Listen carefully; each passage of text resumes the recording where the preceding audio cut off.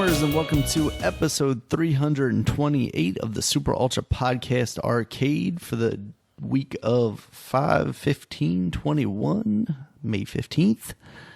I am one of the co-hosts, Daniel Nicholson, and with me is my co-host, Dominic Stallworth. What's going on this week, Dominic?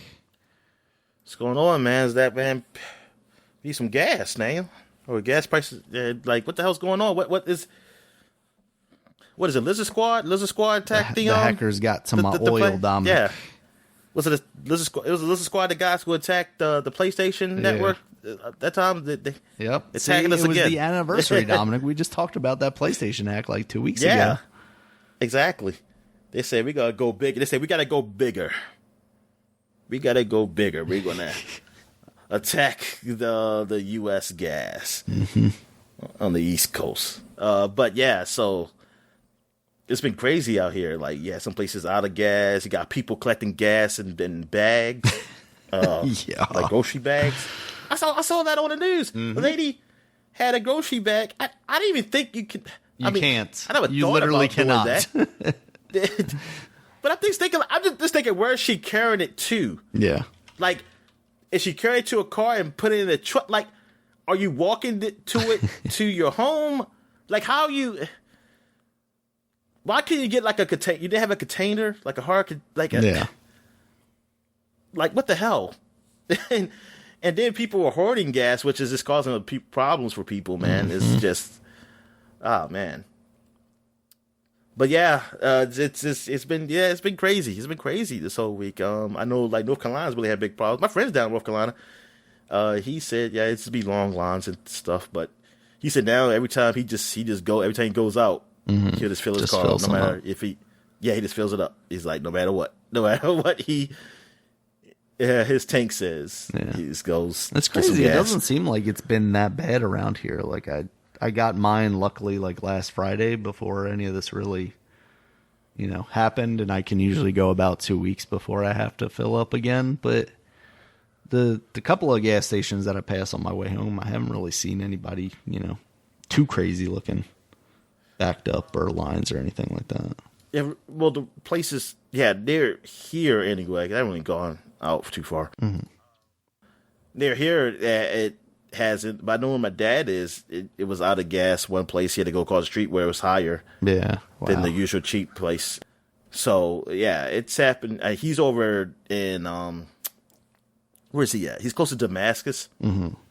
So I know he lives in Damascus. I think he said so that's where it's happening. Like, it seems, he said over there it seemed to be happening. In other places I heard news too of certain neighborhoods having outage or just long lines. But yeah, it sucks. It sucks that this shit had to happen. But yeah, let's just get down to it. Let's get down to some somewhat good news, I guess. Well, not good news, but news, I should just say, in the sports world. Tim Tebow looks like he'll be back. All right. Like, Tim Tebow's going to be back in football. After 8 fucking years, he's going to come back and possibly play a new position, tight end. And it's just, it's crazy that a guy like Tim Tebow gets a chance after 8 years. Yeah. But Colin Kaepernick, after 4 years, just being blackballed, basically. He was blackballed. I mean, this ain't... No, he was never that good. That's what they'll tell you, Dominic. Why the hell, then, if he was never that good, okay, why is Tim Tebow able to come back after 8 years? Because he wasn't that good either, and that's why he wasn't picked up. But that's why he was gone. Right. Nobody was picking him up. Yeah. Now, his ex-coach is now coaching at Jacksonville, and Jacksonville is basically, I think that's where he's lived, I should say. I think that's where he's basically from. That's because Jacksonville is just a front for AEW now, Dominic. They don't care about the football team anymore. So they're just like, oh, maybe we'll hire Tim Tebow for a week, and then he'll come wrestling AEW. That's what's going to happen. But it's just like, it's not about getting your guy. Like, hey, coaches get the guys. Everybody knows that. Yeah. But you're getting a guy who hasn't played in 8 years and he's going to play a new position. Wasn't he doing it fine on his home rebuild show or whatever? Like, that was all right. Let him stay there. He was in minor league baseball also. No, yeah. And it's just crazy. Like this, you just know it's a publicity. It's just publicity. Like it's for that area to get people to come and say people love Tim Tebow. He's a great guy. But it's just the optics is just that I don't care. Like people try to explain it to me that, hey, this is all right. Like it's, hey, if he's good, if he come back, why not? And I'm not saying, look, I'm not definitely saying he shouldn't, but you gotta tell me why is it that you pick him to come back, but you got all these other people who are sitting there ready to play. Now I know he's not coming back for quarterback, but it's just weird to me that you would bring a guy who hasn't played who played football in 8 years to come back. Like this never happened in years. And like I don't know if it's happened at all, really, but I know based on my lifetime, I haven't seen this ever happen. And it's crazy that he gets the privilege of happening to him, like he gets that chance. Yeah. When others can't. It's just it doesn't sit well with me. It doesn't sit well with me. What do you think it is? Is it the name factor, or is it just because that coach is there? Oh yeah, the name. But that too. The coach. It is a coach because it's his ex-coach. But also the name factor because I believe excuse me. Because the owner has agreed to this and all that. He has agreed to it too. Yeah. But he sees probably the dollars in that. Like people, this is a big news. I've already ordered my Tim Tebow jersey, Dominic. I mean, come on. I mean, like I said, Tim Tebow was popular. Yeah. Among fans. So yeah, as an owner, I would do that.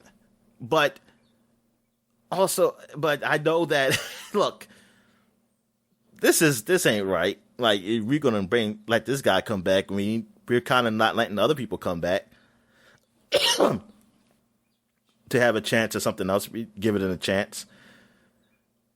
Yeah, it's something else. Because it's one thing he said, I'm going to try out, like he's doing tryouts or something. But nah, he got on the team. So yeah, it doesn't sit right. It doesn't sit right with me. I don't like it. Anyway, moving on from that, we got the WNBA is back. They just started this week. They had their first games yesterday. Okay. So they're coming back, and I don't know. Do they have fans? I'm assuming they'll have fans there too. But I didn't haven't looked at the highlights of the games from last night or anything. So does the NBA have fans back now? Yeah, they do. Okay. Oh yeah. Well, some teams been have fans back. It's just certain places didn't have fans. Yeah, because it definitely seems like everything's starting to open back up more. Like wrestling shows are starting to talk about having fans again in like a month or so. Oh, okay. And now all the mask mandate stuff is happening. Especially here in Maryland and everything. So it seems like we're quote unquote getting back to normal, right?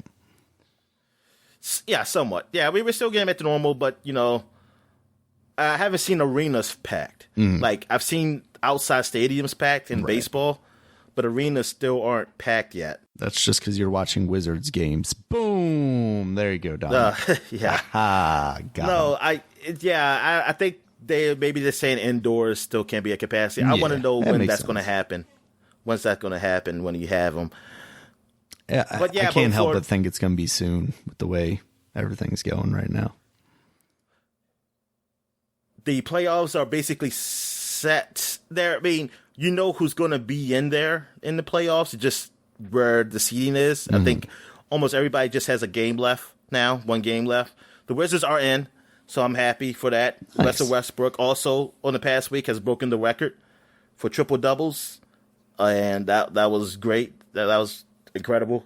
It's incredible what he's done. I mean, nobody's has ever broken it since Oscar Robertson. Like Oscar Robertson held the record for I forgot how many years it was. It was a fucking long time, and it seemed like it seemed like a record that wasn't going to be broken because nobody ever got close to doing what he did, and for Russell Westbrook to come up and to not only break it, he's still putting up the numbers. Like he's still getting triple doubles after he broke the record, and it doesn't look like he's going to be slowing down. I don't know when he's going to be slowing down. Like leaving the league. So that record could be high as shit. Mm-hmm. But yeah, good for him. I'm glad he was a Wizard when he did it. That's what I'm happy for. It's like, hey, I get to solely celebrate it because he's on the team I watch.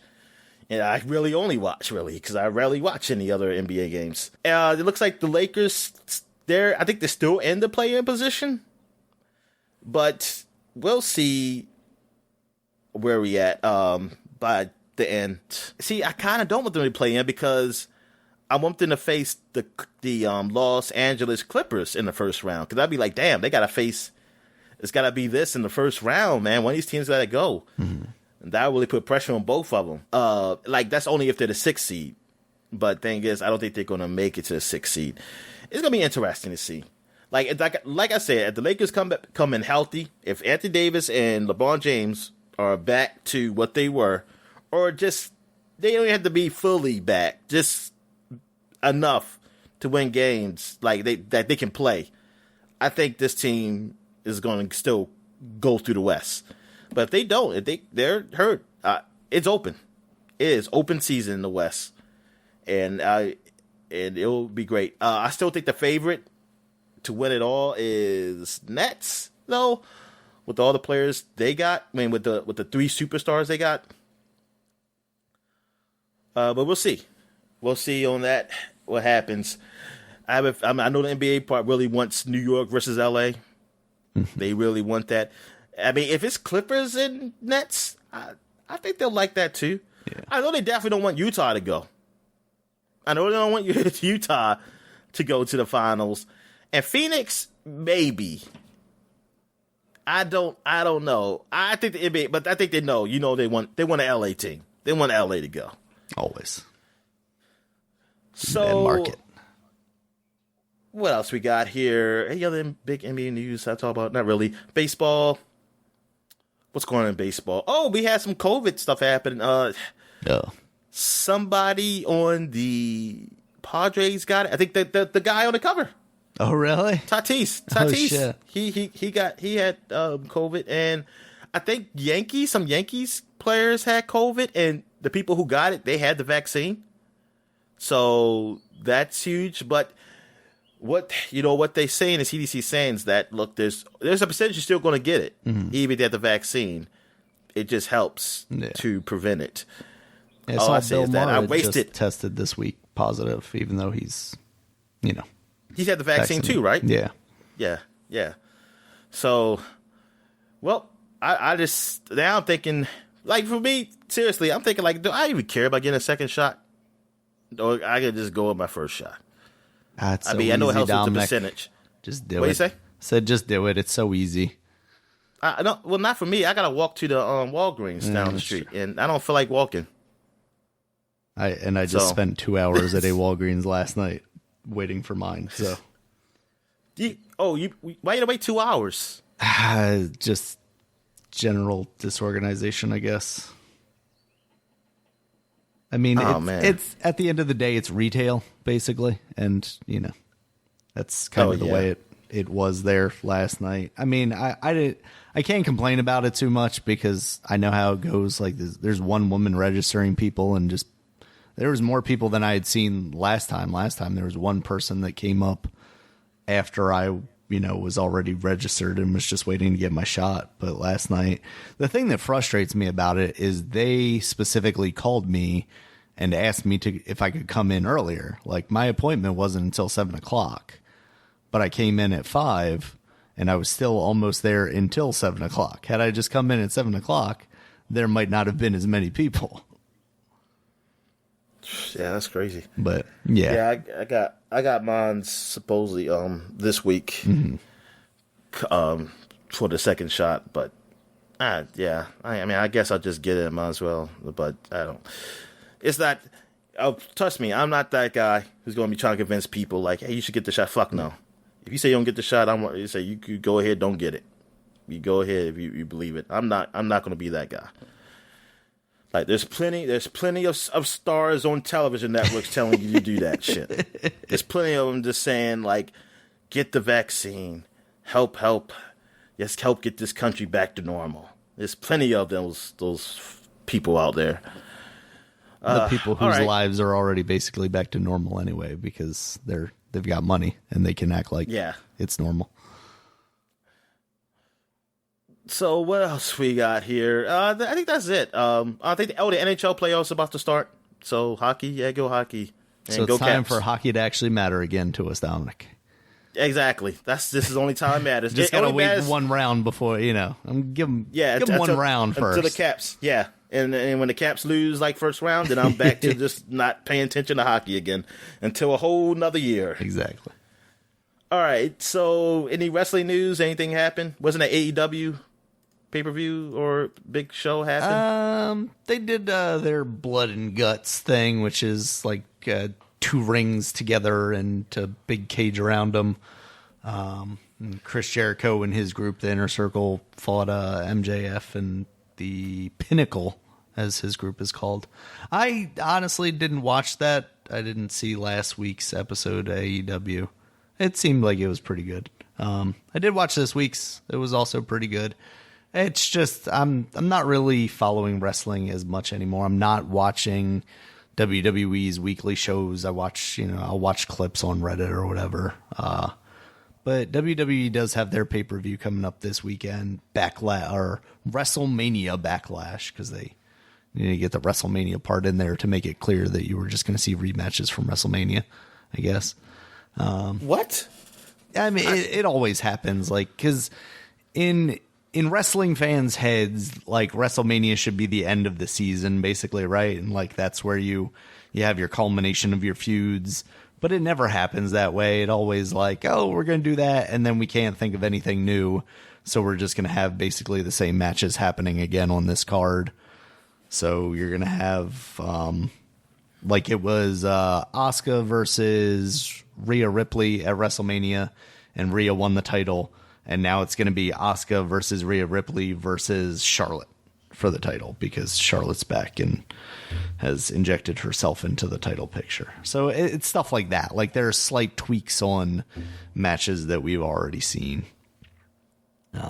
So honestly, I'm not even sure outside of that. And I know Roman Reigns is going to fight Cesaro, which should be fun, seeing Cesaro actually get a top spot, but he's definitely not going to beat Roman Reigns right now. So it's not a lot of hope there. And other than that, I don't even really know what the matches are on the card. I'll probably watch it just because I've got Peacock and I can.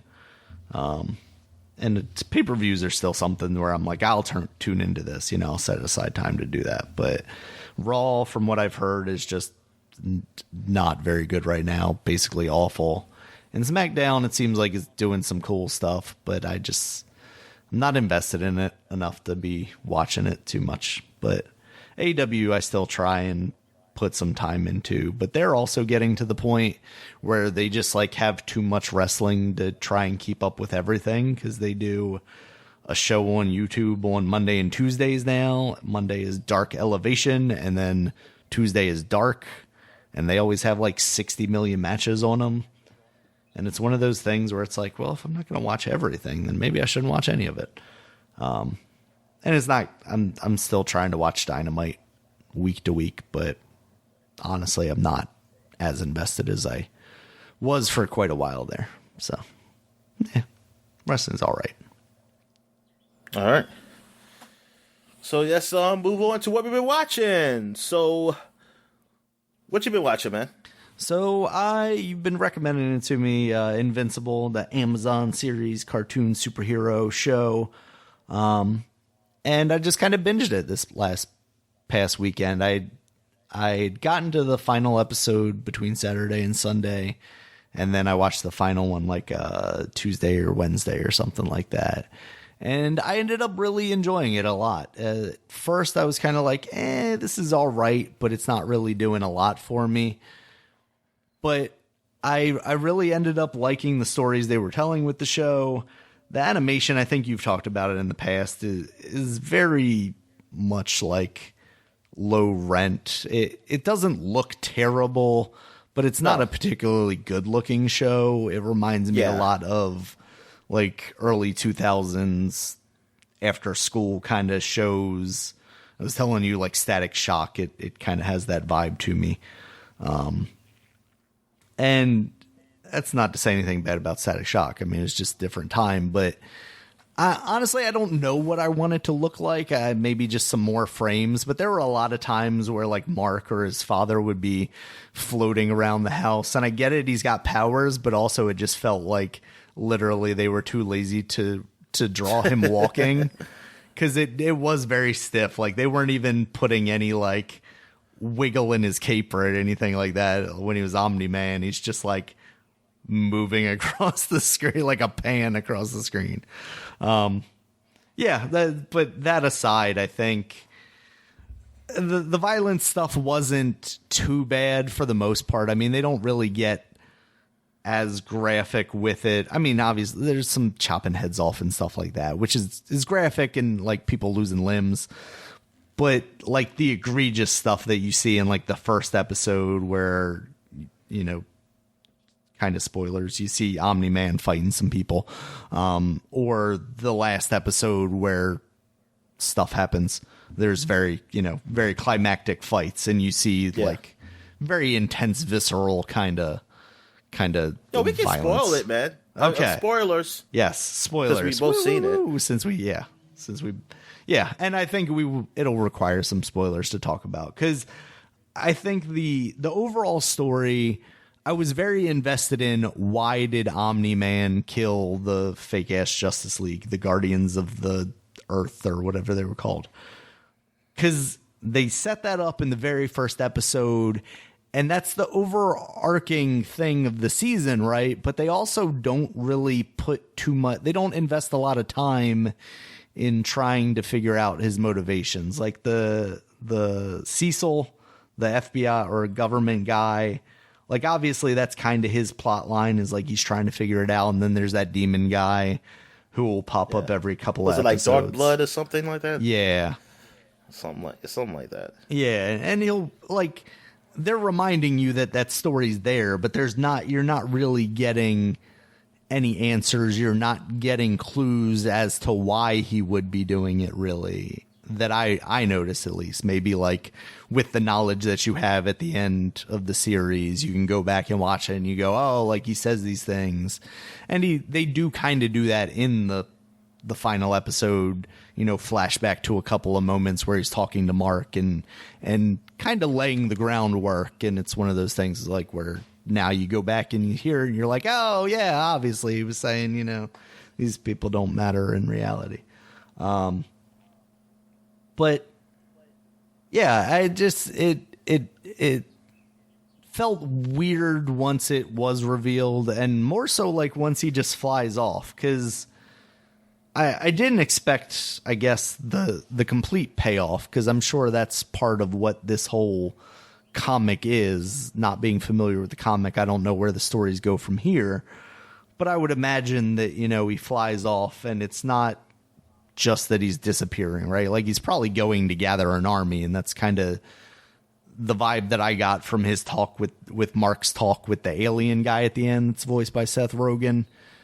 The guy that he meets on the moon, that, he was basically like, oh yeah, you had one here and then he went away. Like they don't usually do that. And it's like, yeah, he probably isn't just doing that. He's probably coming back. 'Cause I mean, what do you think? Do you think that the father had like this epiphany that, Mark is his son and he does actually love Mark's mother? I think it was emotion. It was emotion. So you don't think we see him come back trying to destroy Earth further? Not him. Okay. Maybe some other people. Mm-hmm. I mean, I have a feeling like it's going to be something like he does help and he dies. Mm. Like he comes to the realization, like, to save his just to save Mark, basically. I'm not sure about the mother though, but like he said, he liked her like a pet. Yeah.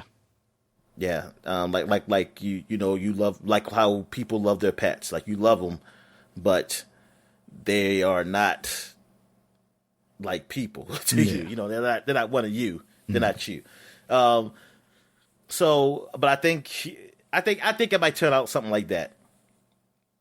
I don't think it'll be him like lead. Well, I don't think he's leader, but he's like a soldier maybe probably, because the leader won't. Why would a leader come down to another planet? Right. I could see it being something as kind of quick and dirty as he goes back to Valeria or whatever the planet is that he came from, and they're like, you failed, and they just fucking kill him, and then they're like, all right, we're gonna go do this ourselves, you know. Oh yeah. Oh, it could be. I mean, we could easily just spoil it for ourselves and look at the comic. Yeah, that's true. But that would be no fun. I mean, not that it's no fun. I mean, do you some know people how like closely say, they're following to the comic? I have no idea. Okay. Because I kind of don't want to spoil myself of the show. Like, I'm okay with not reading the comic. Because like, they've I don't already announced season 2 is coming, right? Yeah. Okay. So it's the show. Yeah, I don't have no idea how the show is to the comic, but I'm gonna keep it all fresh. Like this is the show. This is the show, and I was watching the show. Like with The Boys, I somewhat spoiled myself by looking at the comic, but I didn't really. What I did was realize that it is totally different from the comic, and I'm kind of glad it was, because the comic, it's a little too much. Yeah. The Boys comic is a little too much. Now, Invincible, I don't think it's exactly like The Boys in that way. But yeah, Invincible has like the violence, but it doesn't have some of those darker themes that The Boys does. It don't. Yeah, Boys could get really dark, and I mean, if you think it's dark in the show, God, during the comic, it makes it's dark, but in the most playful way, but still being dark. And it's like it disturbs me, because I just think of the minds who write this. Like, the guy who wrote this, some of the things I read, I always think like, y'all fucked up, aren't y'all? But thank God y'all just write books and comic books, because Jesus Christ, to think of these horrific things, like, Jesus, that man. But yeah, Invincible, I feel the way like you did, Bo. Like how it's okay at the start, but then it grabbed me. Like, I stuck with it. I'm glad I stuck with it, because I would never got to it. And there are a lot of... Go ahead. Sorry, I was just gonna say there are a lot of stories in there besides Mark's that are interesting. I know you were telling me when we last talked about it that, you know, there was one character that you would have liked to see them expand on further. Who was that? I don't remember. Oh shit! Sorry. I'm trying. No. I'm trying to remember. No, it wasn't that they didn't expand on it. It's just that the robot character is that they revealed who he really was. That he wasn't a robot. That he was actually a human. But at the same time, as Omni-Man was being revealed that he's a villain, right, to everybody, and it's like, I felt like putting those two stories, like, and then everybody find out about him not being a robot. Yeah. At the same time as Omni-Man, they find out Omni-Man is a villain.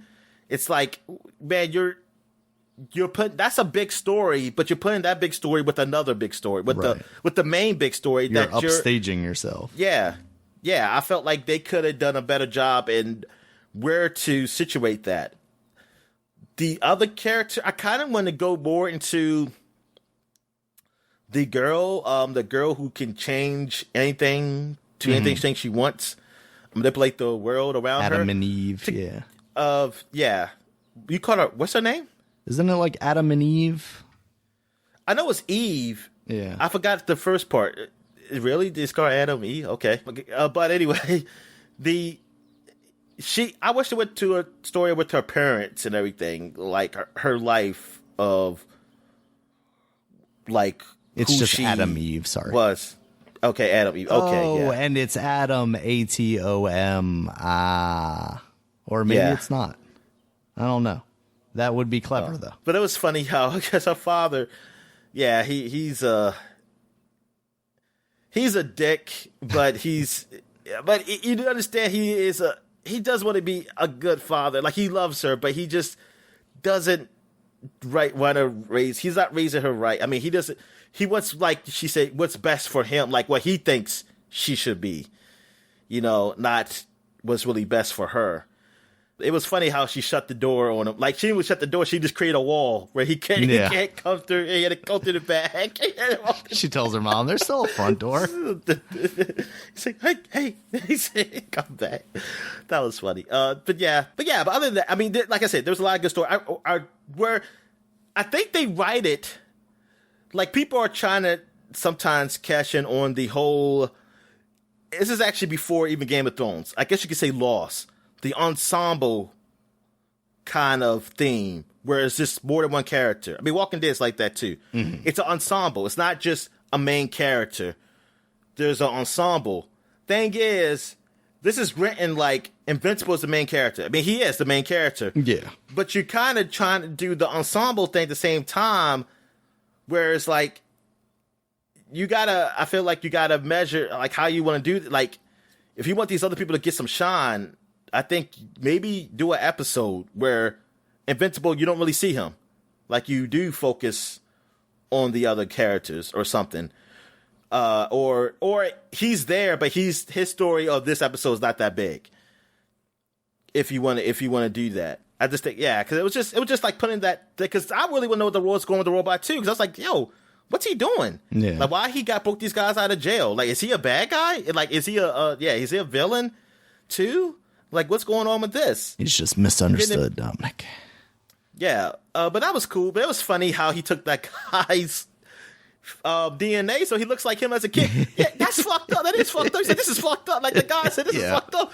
I'm seeing myself as a kid. Then saying because she liked you, so I became you because she was a little attracted to you. They say that makes it even more fucked up. He was like, yeah, I'm confused how to feel about that. Yeah, and the guy does a voice for him. You know, you hear him other places. You know, he's on Big Mouth. He even did From things the on Life and Times of Tim. Yeah. You said he was on the Fantasy Football League show. The League. Yeah, the League. Yeah. Yeah. He was his cousin. That weird cousin with the Or big his beard and everything. Brother-in-law. I think he was his brother-in-law. Or something like that. Yeah. Yeah. Rafi. Yeah. That dude, he does play. He always has some funny parts, man. He always does some funny parts. He's funny. Yeah. So, yeah, the show is pretty good. Yeah, I'm really want to see another season of it. I think overall they did a good job. Mm-hmm. Yeah. I hope maybe they could up the budget on the animation. You know, yeah. So you can have people actually maybe moving in the background too when people talking. Like these have the world look like it's alive. Yeah. It's just, all right. So you didn't watch anything else? Yeah, that's basically been it this week. What have you been watching? Okay, so I watched this movie. It's a new DC movie that came out. Darn, I know it's just Justice Society. It's about the Justice Society, but I don't think that's exactly the title of it. Let me see what it's called. Justice Society World War II. And this deals with the Flash going into like a portal, and he comes to the time when the Justice Society was a thing, and during the time of World War II. And because him and Superman was fighting somebody, and he went too fast. He went too fast trying to stop this kryptonite bullet, and it throws him in a pass. So you see Wonder Woman, she's like the leader of the group. You got Our Man, who has significant strength from this medication he takes, but he's only powerful for 1 hour, and he can't take it. Right, you can't just take it like after 1 hour. You take it again, it'll mess him up. He has to wait a little while to take it again. And then you have Hawkman, you have Black Canary, and who else? Steve Trevor's there, and the older Flash, Garrick, he's there. So it's good overall. The show is good. I really like it. It's a twist there too, in the middle of it. Turns out the Justice Society was working for the Nazis the entire time. Yeah, exactly. That's what it was. That's why Wonder Woman doesn't talk about her time in World War II. Oh yeah, and it's cool that this is finally, I see them have Wonder Woman have an accent. So now it's like, you know what?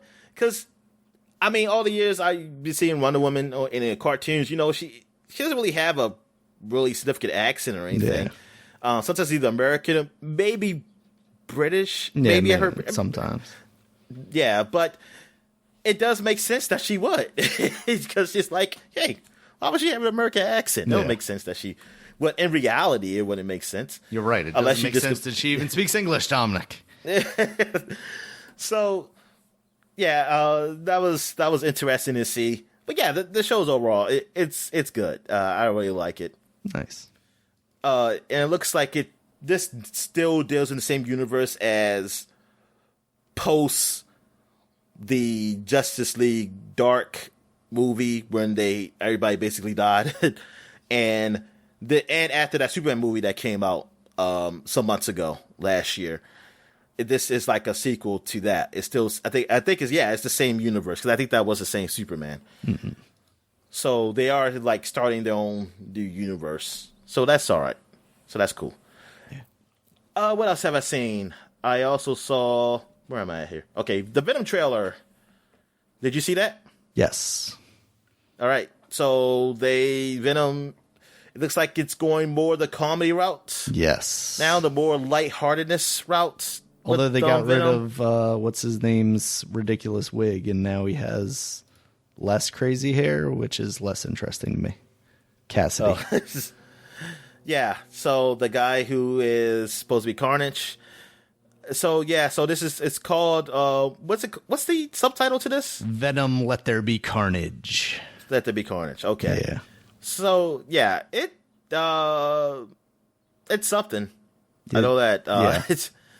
I don't know. I'm curious where it goes, but it's not like I saw Venom. Did you see Venom? You didn't see Venom, did you? Yes. Yeah, I did eventually. You did I don't know if I ever talked about it on here because I didn't really have much to say about it, but yeah. I mean, how'd you feel about the movie? I didn't particularly like it. I didn't think it was maybe as terrible as I thought it was going to be, but it didn't really do much for me. Yeah, it didn't do much for me either. Because I think I said up here, I didn't really like it. I mean, it was, I think I said same exact words, basically. It's not horrible. I mean, it's not like horrible, but it wasn't, I didn't really come out enjoying myself. Yeah. I'm never going to go out of my way to watch it again. Yeah. It's not, and based on this trailer, it's not really doing anything for me either. So, I mean, I'll watch it. I'm going to watch it, but I mean, eventually, I'm not going to the theater to see it. I'm not going to pay. Put it like this: I'm not going to pay for it. Yeah, I'm not going to pay to see it. But I would say if this was like a thing that was coming on an HBO Max or a streaming service that I had, or that had other things like HBO Max, there's so much other content on there that I could justify going. I'll pay however much it is, $7 or whatever a month or it's just like $15, whatever it is. I'll spend that for 1 month because I'll also watch, this documentary or this movie that they have up there this month. Like they have Tenet up there now, which I didn't get a chance to watch before I, my subscription ran out. So I would do that. But yeah, I don't think there's any way I'm going to a movie theater to watch this movie. It just, now I'm at the point where I just say, fuck it, doesn't matter. Because the kid in me is basically gone with these superhero movies for me. Because I'll watch them, but I'm not excited for them. And I'm not saying you shouldn't be. I mean, yeah, because my friends are all excited for these movies, like all the content and stories. Like, I don't look up news on Marvel movies. They'll just come to me, basically. Like, I don't go out of my way. Like, I actually prefer not to see them, honestly. Yeah. I just want to see the movie. Like, if the movie comes out, I'll go watch it. Mm-hmm. But I don't care about behind the scenes. I don't care about the rumors or, like, what's going to happen in the next one. Like, I honestly don't really like seeing that stuff because I'm not interested in that content anymore. Mm-hmm. Like, I just said, I'll see what I see. Thing is, what I wanted was that I wanted a real Venom movie. I wanted a real Venom with Spider-Man. Yeah. And eventually Carnage. I don't like a rush job on a movie and then you just do it without Spider-Man because of, I guess, the deal with Marvel you made. I'm thinking, like, why can't I work out a deal to do Marvel with Venom or something like that? Right. I don't know. It just seems out of whack. And then you got the Morbius movie. When's the Morbius movie supposed to come out? Shouldn't that should be out before Venom, because I saw the trailer before Venom. Yeah. 2022 is what they're saying now. So Venom is coming out. I don't know the January date of Venom 28th of 2022. Venom is coming out at the end of the year, September 24th. That's crazy. Yeah. How we just seeing this, and we saw Morbius. I forgot when we saw it. Last year, I guess. Yeah, it was definitely, was it early last year? Like pre-pandemic stuff last year? January 13th, 2020. So yeah, before pandemic. That is a little weird. Because that was supposed to come out like July of last year, I think. Somewhere around there, like June or July. Why did they push it back? Did they do some reshoots or something? I can't help but think, I mean, pandemic obviously, but I'm thinking like it gets pushed out past Venom because it's just not as popular. Like, people just aren't caring. We gotta, say the Venom will make the Morbius more popular. Yeah. And what just tells me that then the story is not really not good like aligned then, right? Yeah. If that's the case. Well, there was also like some stuff about the Morbius movie, because I think, isn't there like a shot of Michael Keaton in there, which people are like, oh yeah, he's the Vulture in there, and it's going to be somehow tied to the MCU, and there's like a picture of Spider-Man, and he's got murderers sprawled across them, so like hinting at what happens in Far From Home. And would Marvel really associate themselves with Morbius before they would associate themselves with Venom? I mean, maybe that's a deal that Sony worked out, and they're like, hey, this Morbius movie is going to need help. Because Blade's going to fight Morbius, or they're going to team up. They're going to team up together or something at some point. I don't know. Maybe they're like, hey, we need help with this movie. Marvel will get back into a deal with you with Spider-Man if you're willing to also let us tie that Spider-Man into Morbius or something like that. It's crazy. So the Venom is like, I'll watch it, but there's nothing that makes me jump out and like, yeah, man, this movie looks good, and I really want to see it. Yeah. And you don't really get good shots of Morbius, Carnage in there, because they're all like backlit, so it's hard to see what he looks like.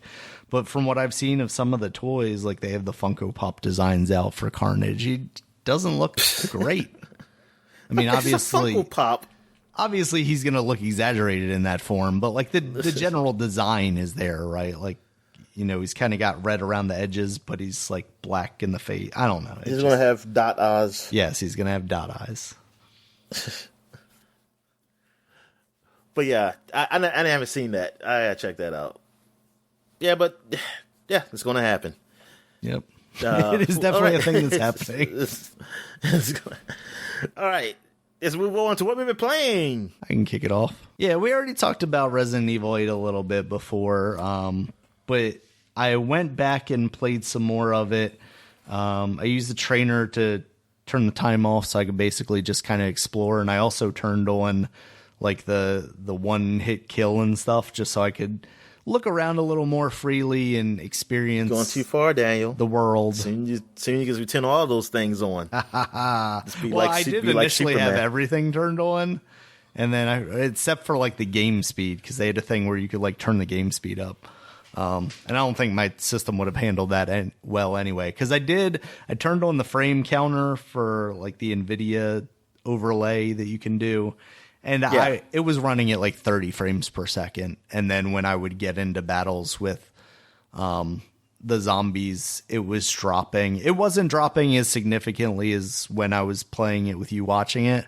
So I don't know if it was that or if I had just tweaked something in the settings, because I did adjust them a little bit, but I don't think I turned off anything that would have significantly improved that. So it's too powerful. This game's too powerful. It seems like it's, a little, I mean, it could be just, I've got a quote unquote 2K monitor, I got a 1440p monitor, so it's trying to run it at that resolution. So maybe if I was doing it at 1080, it would run a lot better.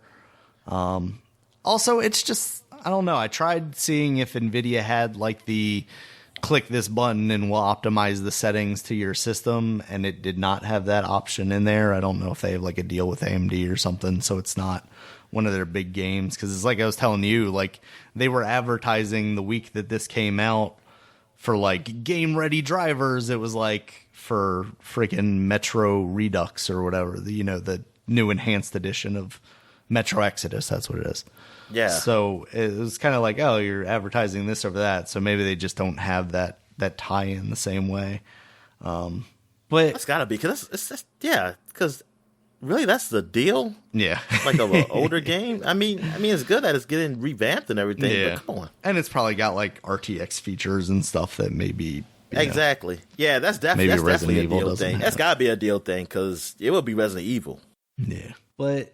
I don't know. Like I was touting the way it displays, graphics and usage and stuff, but that turned out to seemingly be useless to me. Like I like the idea of here's a bar of how much power that you have, and as long as you stay within that bar, then this game should run relatively well. Maybe they need to get to a point where it's like, here's the bar. If you fill it to this point, you can get 60 frames per second. If you fill it to this bar, you can get, 30 frames per second constant, and anything above that, you're getting into shady territory, right? Like maybe that's what I want territory. From them. Refund, exactly.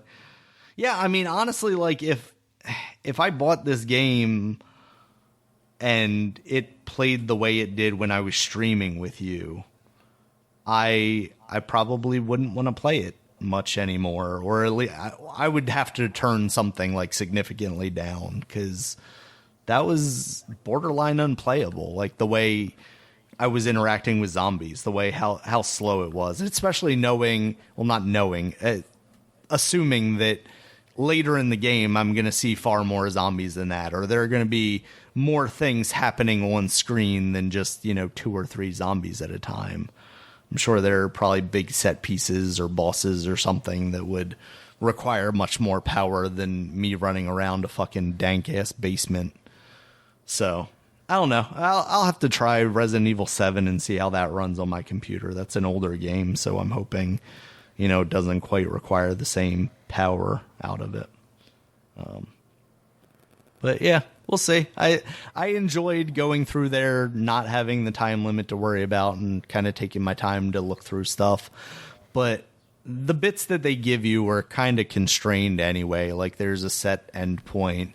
It's not a huge open area that you can really explore. So I had mostly done everything that I could in the previous playthrough of the game. But I did give myself infinite cash, so I was able to upgrade my handgun and buy the shotgun and stuff from the vendor. So that was cool. I got to experience those a little bit. I got to just stand there with the little wasp lady walking up to me, and she's like, I'm going to get you and I'm going to kill you. And then I'd be like, no, you're not. Ha-ha.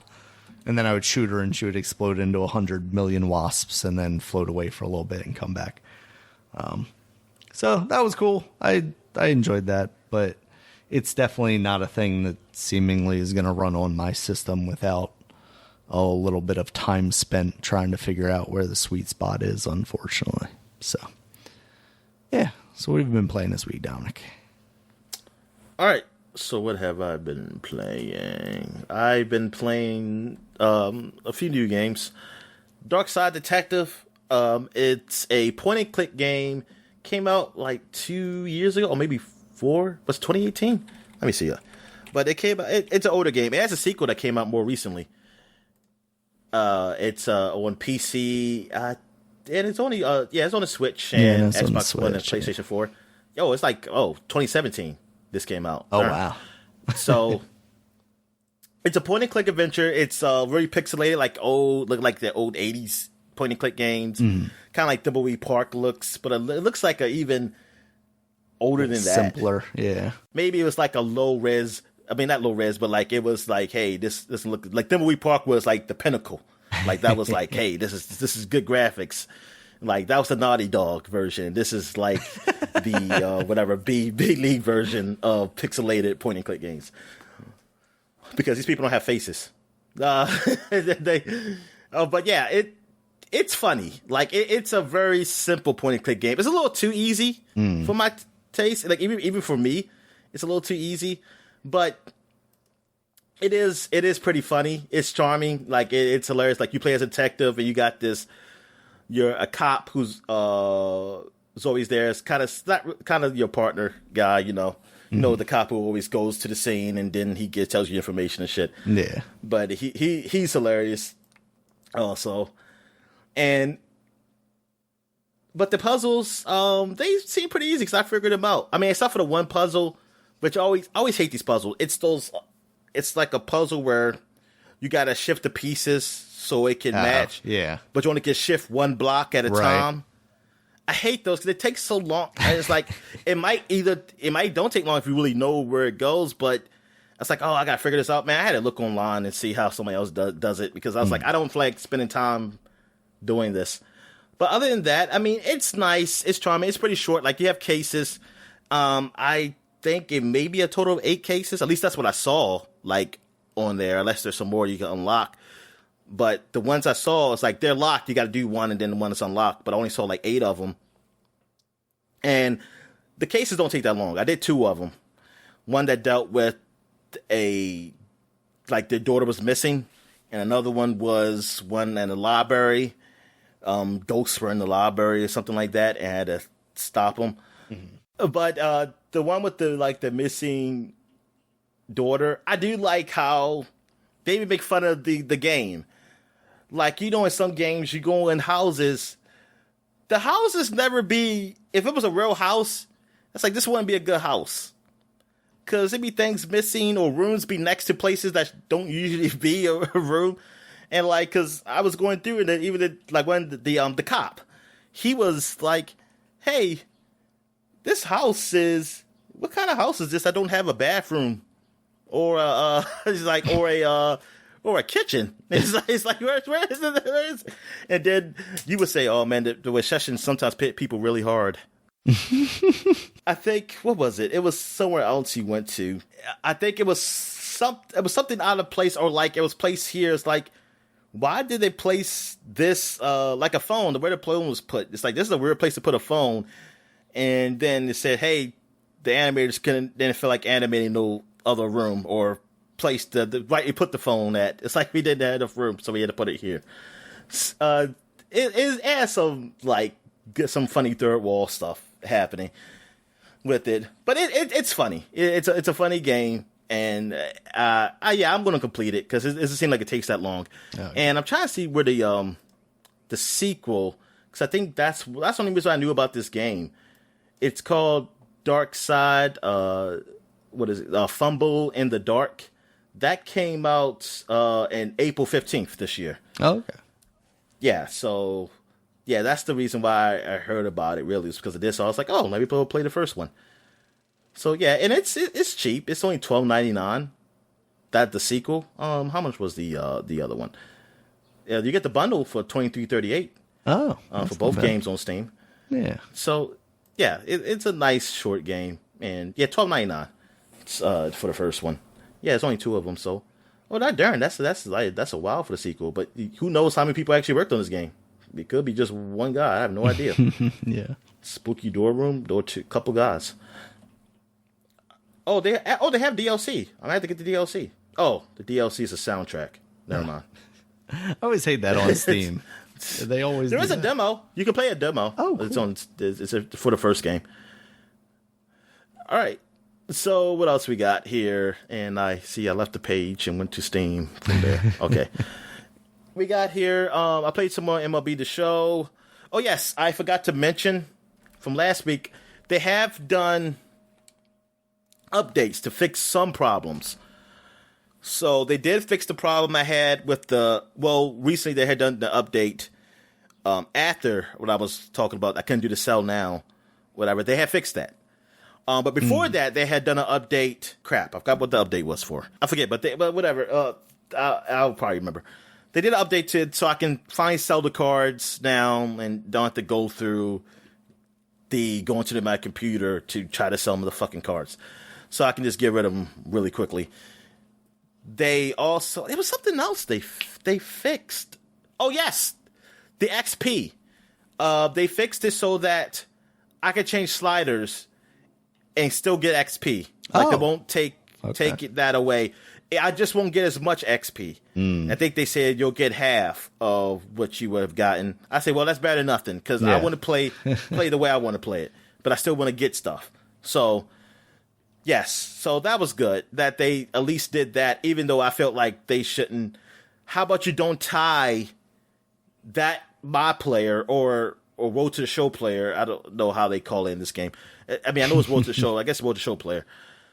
Don't tie that player to the internet. Let that be Road to the Show and let the other player be separate. Also, I don't like that they made it so that your Road to the Show player is only one player. You can't create two of them. So if you want to start over the Road to the Show, you can start over again. You're going to have same stats. So that's kind of good because you start off like, hey, my guy Super coming in.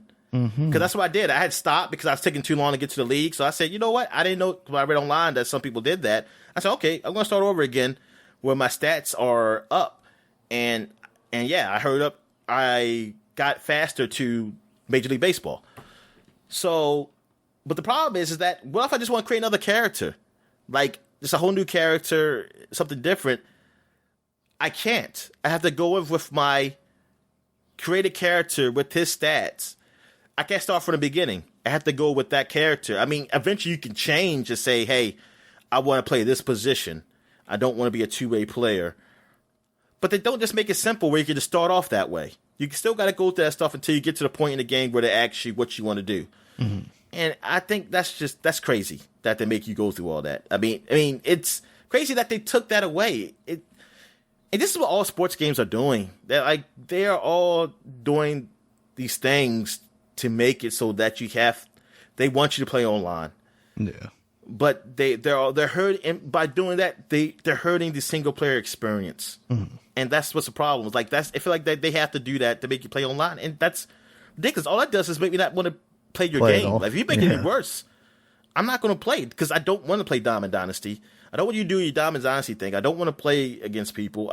I don't care about that. I don't care about that stuff. That's not why I play these games. I like playing these games by myself. Like, this is my game I like to chill on. I like to play sports games. Was a game I like to chill on, just play the way I fucking want to play it. I didn't care about playing on hard or nothing like that. I mean, eventually sometimes I do, and then if I get frustrated, I say, oh, fuck it. I mean, I'll put this on easy, or I change the sliders a little bit to be in my favor so I can be at least competitive somewhat. Like, I don't need to be dominating. I just want to be competitive where I can compete, because sometimes the games be too hard. If I'm not competing, I'm just striking out all the time. Or on football, if I'm throwing interceptions all the time, or in basketball, just missing all the shots. I'm not having fun with that. That's not fun with me, and I don't want to spend so much time trying to learn the game. I mean, eventually I do learn it though. I'll learn it, but I learn at my own pace. I have no reason to rush it because I only play by myself. But they just want to make things harder for you. I mean, still the best single player experience is 2K. 2K is the best in that. Though, still, for you to get certain items you want, like tennis shoes and stuff, they really put you through the wire to do that because of microtransactions. It fucking sucks that shit just ain't available. I mean, it sucks.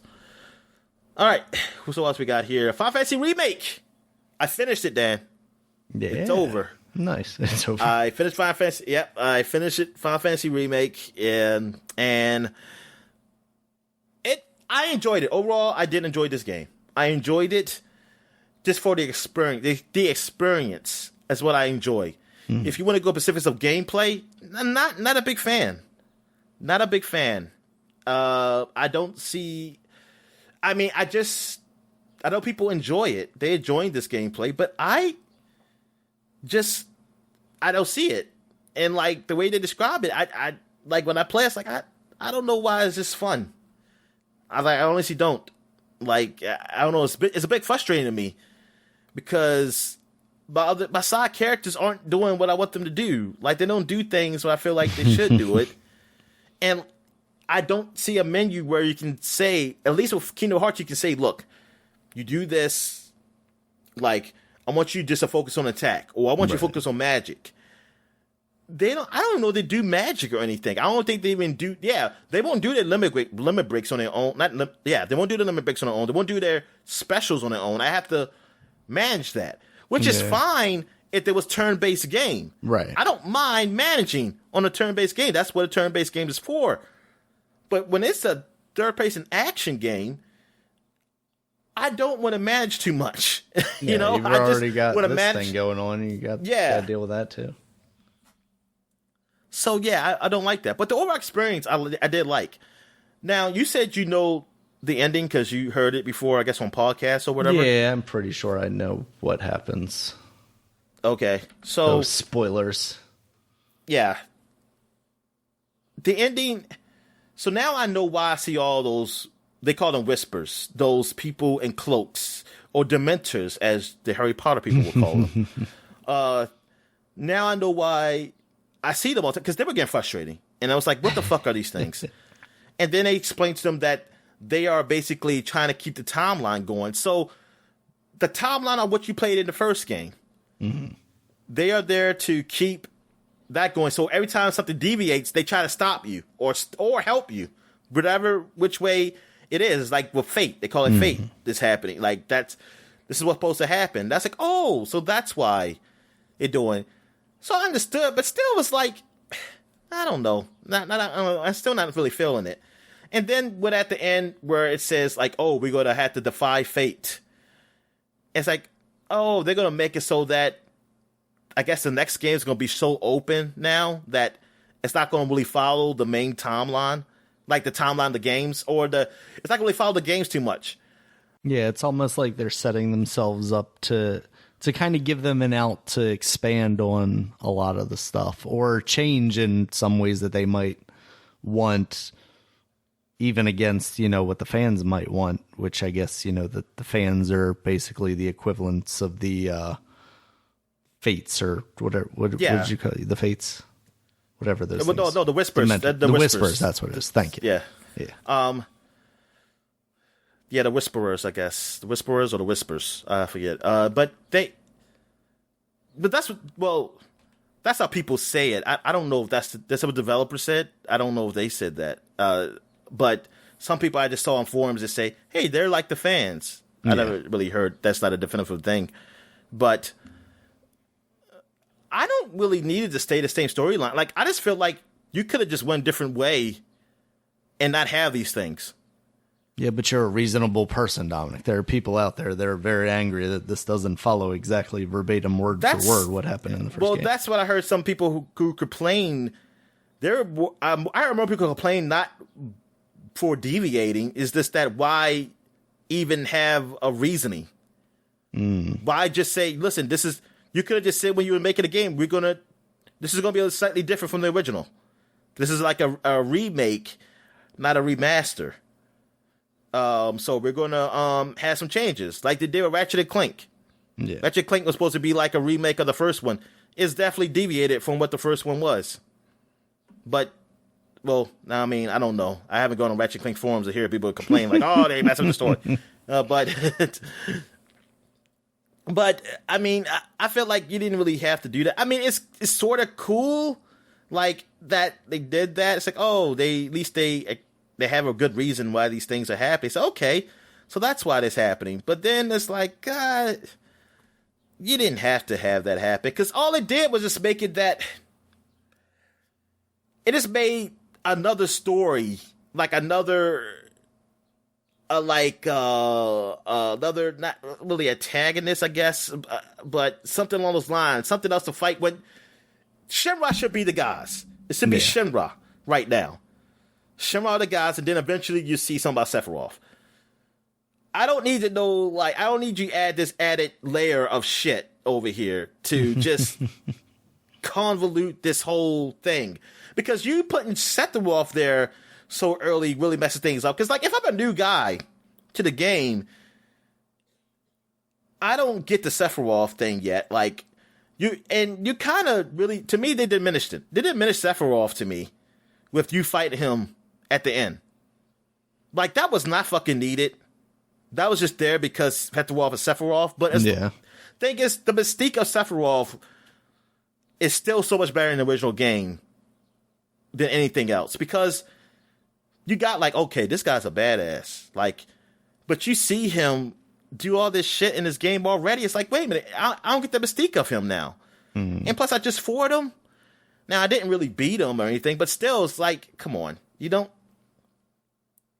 There shouldn't have been a fight here. It should not be a fight right here, man. Yeah, it definitely seems like a weird choice to have you. Like, it's like you just threw that shit in there. You just threw it in there. I mean, because I feel like after you beat that giant whisperer or whatever, that should have been an end boss. And even then, I didn't like that. I mean, I didn't like you fighting this thing. Like I said, I don't really think that should have even been in there. I feel like if you wanted to deviate from the story, you fucking do it. Just do it. Don't put no reason. Like, it should have ended just like how. I mean, not just like the original game, how you left Midgard, but some type of ending of that nature. So people are alive that we thought were dead. Mm-hmm. Like Biggs, Wedge. Now, I don't know about Jesse, though. I didn't see Jesse at the end. Yeah. But I saw Biggs and Wedge. They're still alive. She just got overcome by the horniness. She let it get to her, Dominic. And it looks like maybe Zach is alive, too. I don't know. Interesting. They show something. I was thinking, like, maybe that's the past. Or maybe it's not. Maybe some shit has really changed, and Zach is alive. Because people forums saying, like, is Zach look like he's alive? But I don't know. Because I don't understand what were they trying to say with these cutscenes? Like, I don't understand.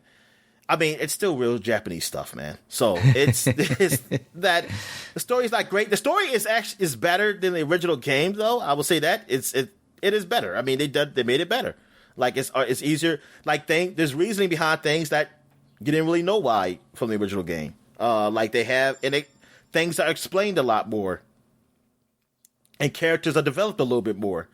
But it's still anime Japanese stuff, so it's going to be as good as that.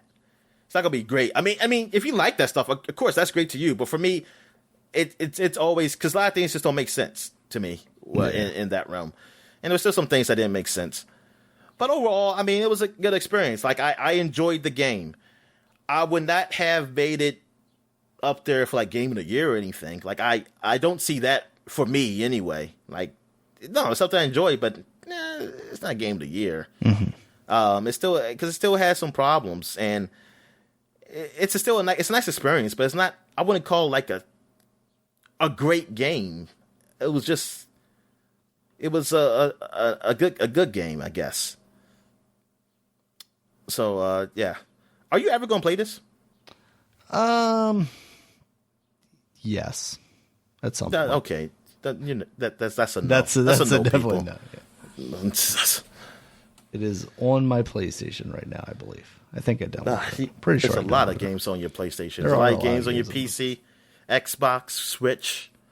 Well, that's only Nintendo, because all the ones on the Xbox 3DS. like download when you download stuff. Your Wii, 3DS. You know, forever my 3DS sat next to my bed, plugged in, and just like in the middle of Zelda, I think. And then it eventually died when I had to unplug it for something else.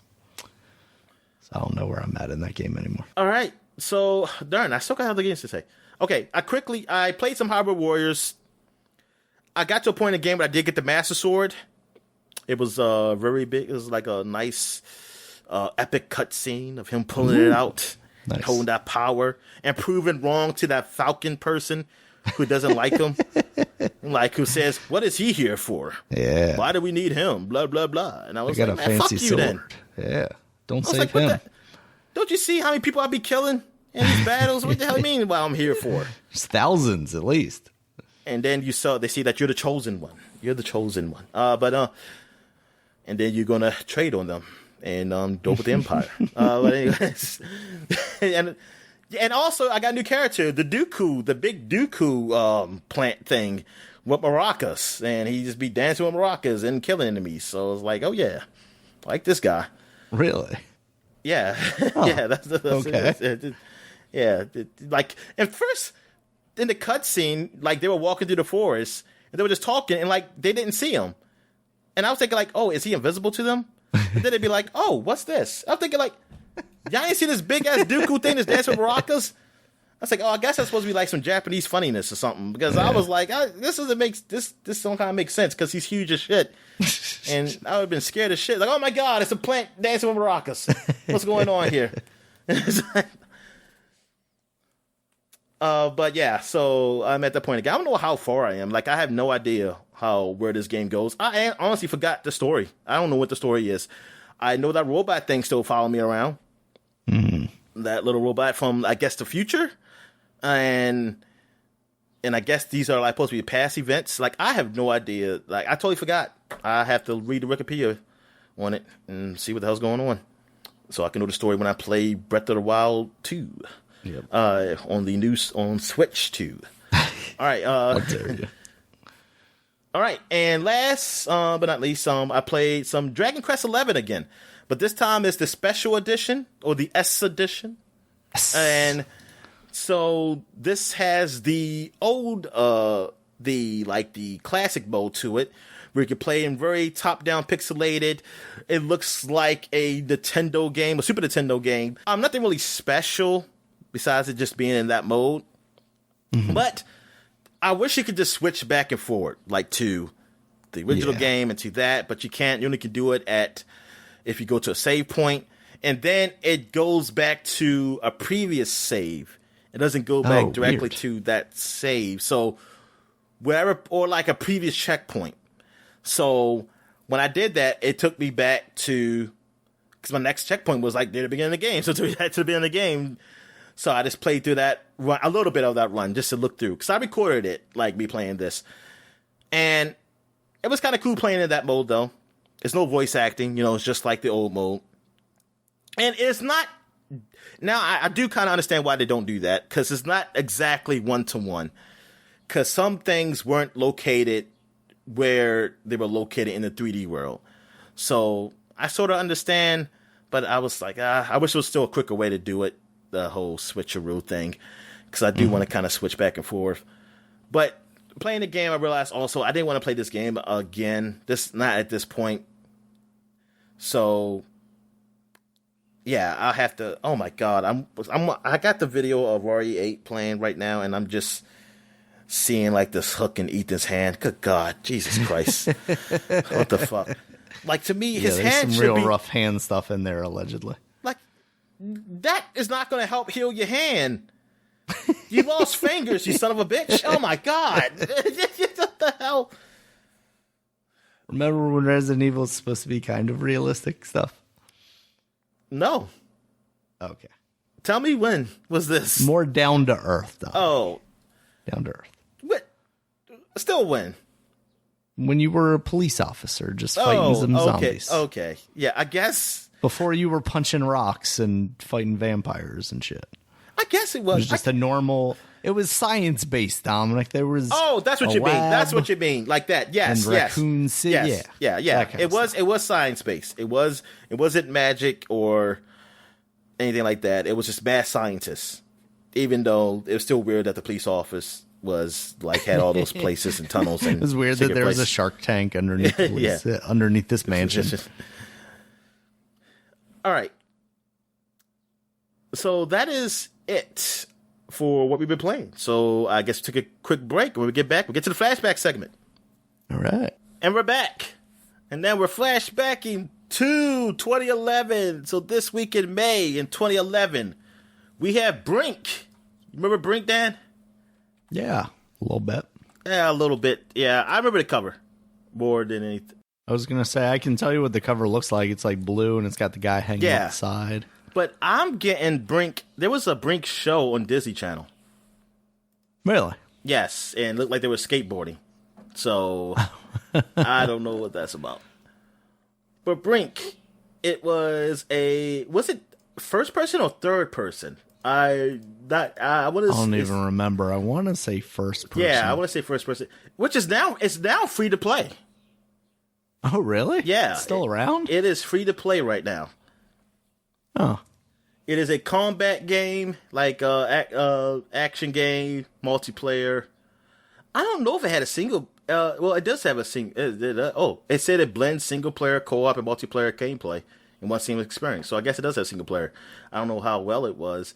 I don't know how well it was received. I think it was like maybe mixed when it came out. But I remember seeing advertisements for it a lot.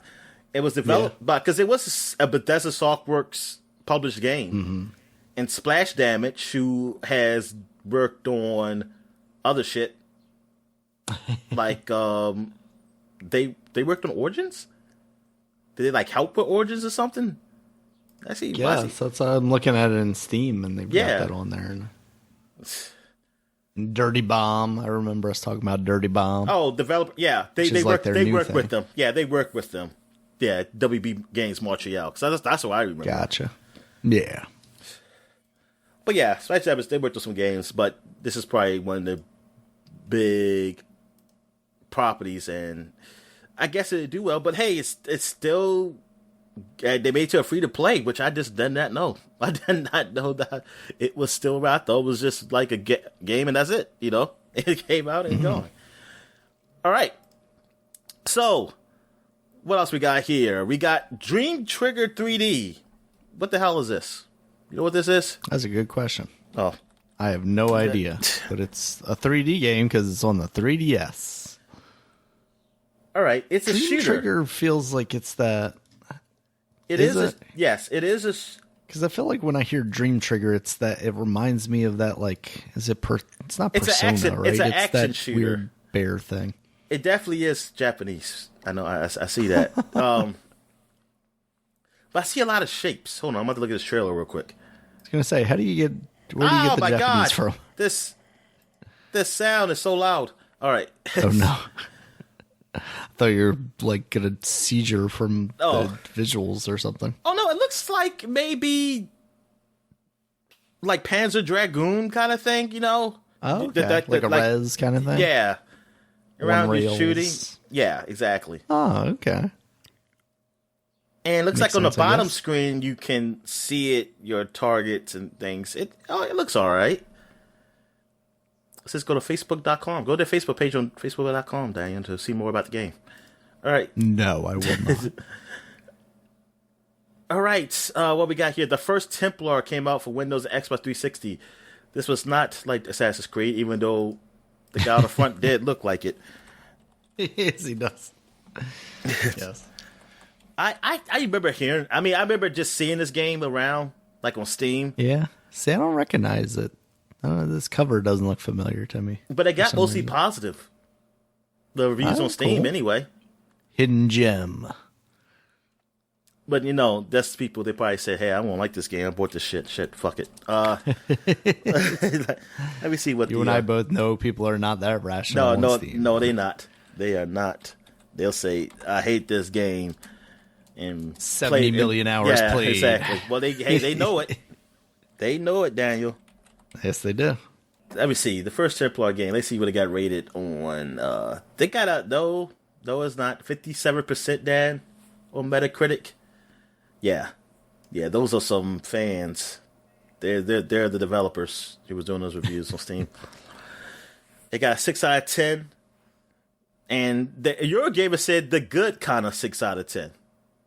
Oh, That's good. The sort of zero expectation, low budget game that approaches the score from below. I mean, it's positivity right there, Dominic. Yeah. I approve.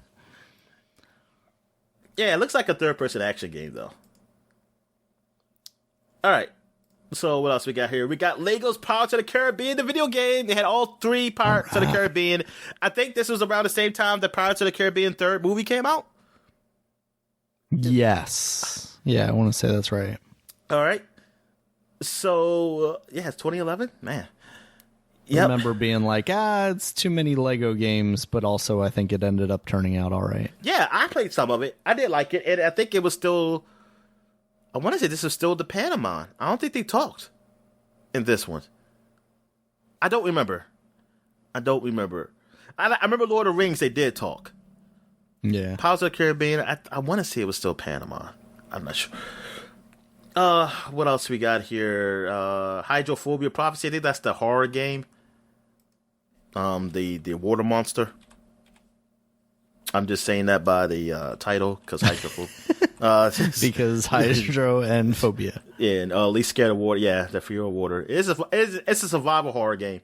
I remember seeing that on Xbox because that was an Xbox arcade game. Oh, okay. Yeah, yeah. I remember. But this is now. Prophecy, which is probably like a sequel or something. Because I don't see Prophecy in the Xbox arcade one right here. I don't see a subtitle. Yeah.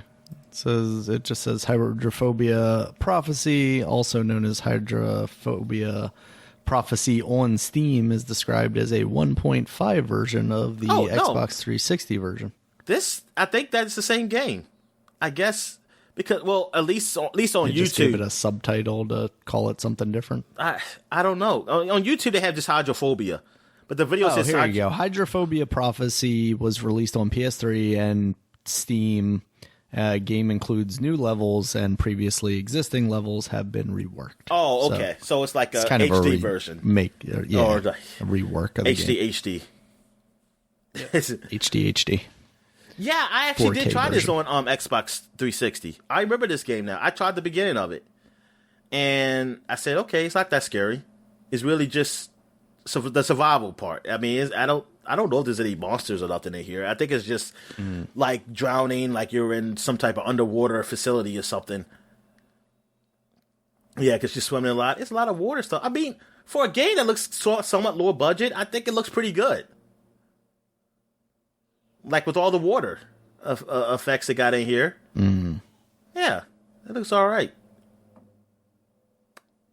Somebody said I came here to see the dynamic water. Yeah. That was a week ago. There you go. All right. I was looking at the YouTube video to give context. All right. So what we got here? MX versus ATV Alive came out on the Xbox 360 and PS3. Ooh. I never played any of these games. Have you ever played any of the MX I played games or ATV? Whatever MX game was on the PC. It was like MX versus ATV or something like that. And I had a lot of fun with that demo. Okay. Is it more of a realistic setting or arcade? I mean, back then it was arcadey because it was just like all games. They couldn't really be realistic because everything was just so low. Yeah. Poly okay. and low everything. Oh, this is. This is like what year was this? I just remember. What year was that? Probably early 2000s. I had a PC. It was on there, but it was definitely very low res everything. And thinking back to it now, like you were going through the wilderness, and by the wilderness I mean very blank fields of green that had sparse trees because computers could not handle a lot of trees back then, exactly. I guess. Oh my god! In this video, I just seen Ethan like flip a switch, and then his hand came off because the lady had like instantly just sliced it so fast. Uh-huh. His hand is still on there. He just grabbed his hand. He just grabbed his hand up to put the switch. Now he has his hand as the inventory. So I'm guessing if your inventory was full, you probably couldn't grab your hand. Oh no! Lost my hand forever. Goodness gracious. It's fucking crazy. All right. What we got here? Virtual Tennis 4 came out on Xbox 360, PS3, and Wii. I don't remember who was on the front of this one. I'm going to say it was some tennis players. Andre Agassi. And Andre It's got to be like Serena Williams or something on the front and one other dude. Oh, they got like 5 people up here. Oh, they wow. got Nadal. They got Federer. They got this white guy screaming, which I'm thinking is the British guy. And they got a black dude up here who I don't remember him. And they got Serena Williams on the bottom. Or Venus Williams, I should say, at the bottom. Maybe Serena was on the other game. Which I try to remember what the other game was. Top Spin or something. All right. So what else we got here? We got Yu-Gi-Oh's 5D's World Championship 2011 over the Nexus. I don't know why I had to put all this a subtitle to that. They could have just left it up World Championship 2011, but whatever. Wait a minute. So are they like in our world? They go by our years? Is that how Yu-Gi-Oh works? Yep, Okay. definitely. All right. No, this was when it was competitive and real, though, Dominic. So they were just like, we're going the EA route. We're going to say this is the year. Next year, we're going to do Yu-Gi-Oh! World Championship 2012. All right. So you got Gatling Gears, which is, I think it's a robot game. Isn't that the robot game? I think on Xbox Arcade. Gatling Gears. They know what they were doing. They saw you had gears in there and people were going to look at it. Hey, this game got 9 out of 10 on Steam. 8.5 Really? out of 10 on IGN. 76 on Metacritic. So that's it's a top-down shooter. Kind of like a... Okay, I was going to say it was like a tower defense thing maybe. But yeah, I could see top-down shooter. Yeah, it was Electronic Arts. Really? It got published that it. high a score? Electronic Arts shocked. actually published that game. This is when EA was still doing some things. This is the time of EA when, like, EA used to be a horrible company. Between, I forgot what the years were, but then there was a time when they were trying a lot of new things, like Star Wars Mirror's Edge. They were trying a lot of things. Dead Space. It's smaller. Even studios too doing things like something like this. Gatling Gears. I don't think I ever see this shit again from EA. Some game called Gatling Gears, like a small game. Maybe the closest thing you're gonna get is like what we just saw with like the what's the game called? The Yarny or whatever it is. Something like that. But yeah, I mean, damn, this is definitely like a hidden gem. All right, and last but not least, Terraria came out 10 years ago. Terraria's been around forever now. Yeah, well, 10 years. It feels longer, but yeah, Terraria's been a lot, and I never did play it. And it was supposed to be like the Minecraft, side-scrolling Minecraft or something. Yeah, like a 2D Minecraft kind of thing. Oh, okay, yeah, it's just something I never played because I guess Minecraft was there what got me, so I never got to that. It just looks so complicated when I saw people play it on Twitch. It's like, man, this looks like a game. Nah. Yeah, there's a lot of like inventory management and moving things around and picking stuff up and stuff like that. But yeah, people still playing it because, hey, it still came on like the Switch and shit. So they still put it out there. Yeah. All right. Now we're moving on to 20 years, to the year 2001. And we have Crazy Taxi is on the PlayStation 2. This is one of the first games, or maybe the first game, to be third-party Sega company game, to be on another system. And I remember my friend got this. He said, yes, look, that Dreamcast games are coming on PlayStation 2. He got this. I don't think he got it when it first came out. I think he got it the summer of 2001. And, well, at least I borrowed it. But play this. I borrowed it the summer of 2001. Maybe he's done with it. And he said, yeah, he got bored. And, yeah, I saw why he got bored. I mean, it's fun. Crazy Taxi is a fun game. But it gets old real fast. Because I'm up here looking like, okay, when I'll get to the next stage. And then I realized it's just one stage. And you just got different, you just got like different mini games within that stage you can do. Like different times, you can make it harder. And I think there's an open mode, which is cool because at the time, it wasn't a Grand Theft Auto. Yeah. So open world games, I was like, oh man, I'm just driving all over the place, doing anything I want, just run over people. Well, actually, I don't think you can run over people. I think they just all jumped out the way. Yeah, I think it's everybody just jumped out the way in Crazy Taxi. Yeah, so they tried. I would make people just jump out the way and do shit. Like that was fun as hell. But it got old. It looked good and everything at the time. Like, oh man, I used to be jealous of Crazy Taxi, but yeah, it just got a little old. Like they needed more meat to that game.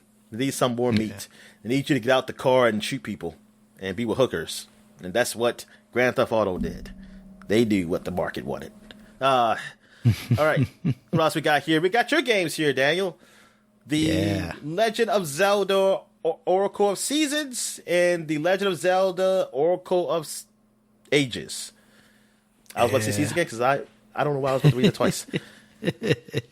Came out for the Game Boy Color.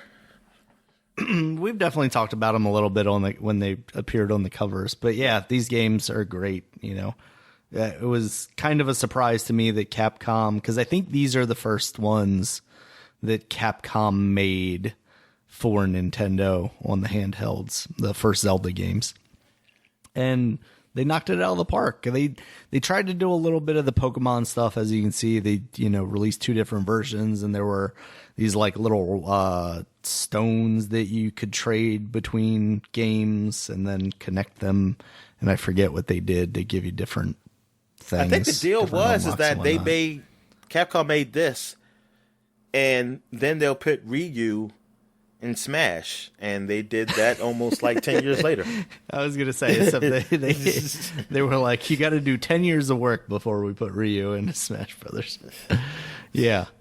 The more we end up talking about these games, the more I keep thinking I should probably charge up my Vita and play these a little bit. But they're really good, and Capcom continued that with Minish Cap. They did a great job with that one as well. So play it on your Vita.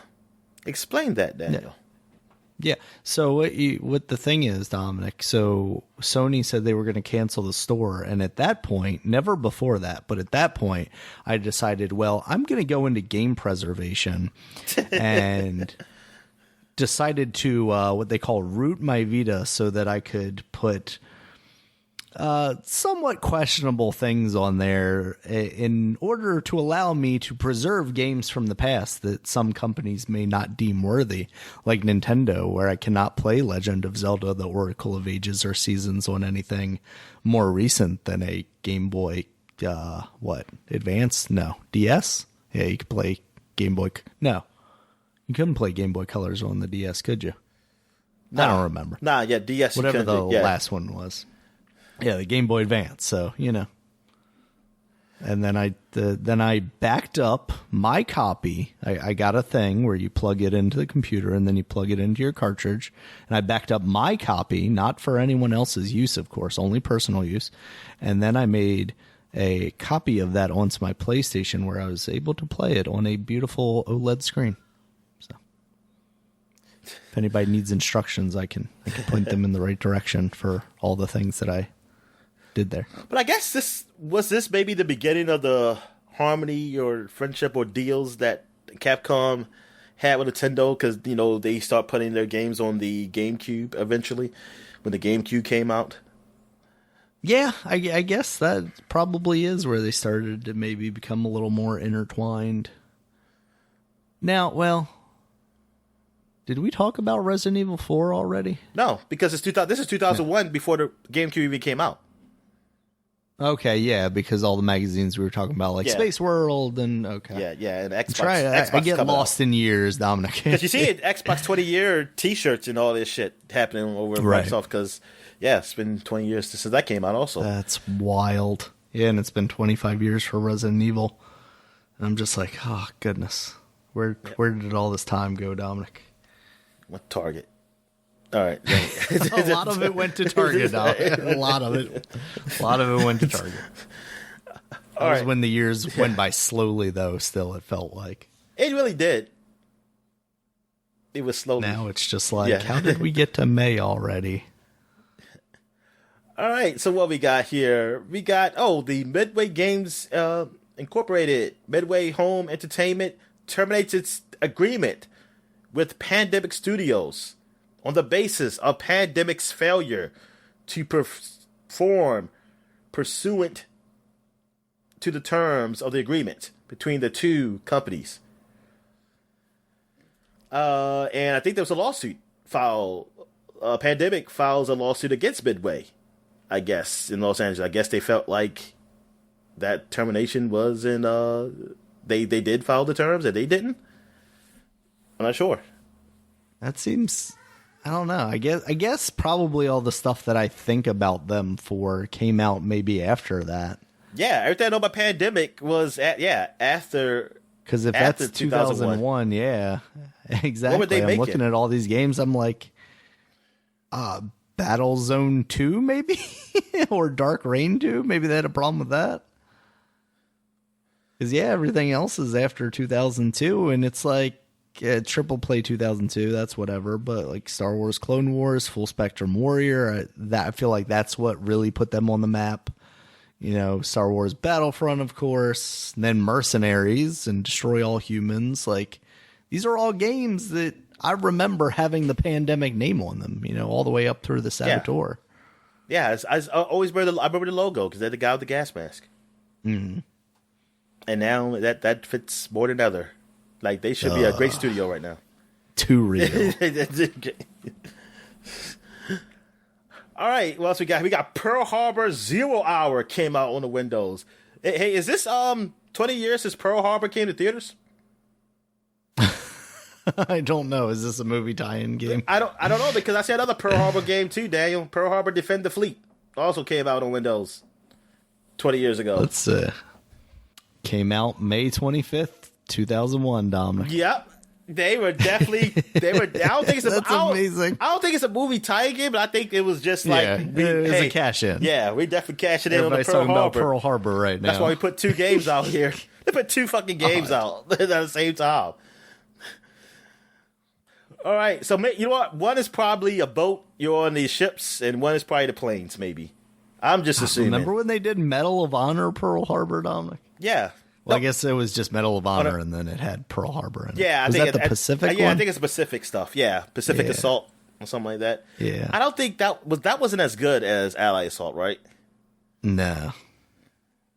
I don't know if it was horrible, but I just remember it. I don't think it was horrible. Yeah. I think that part was kind of cool. Like, oh my goodness, we're sinking and whatnot. But then I think they did like more plane stuff or something like that. Or maybe I'm confusing that with the Call of Duty Pacific. Yeah, because Call of Duty did do that. The Pacific stuff, and that didn't get received well. Wait a minute, what? No. It's something that didn't get received well.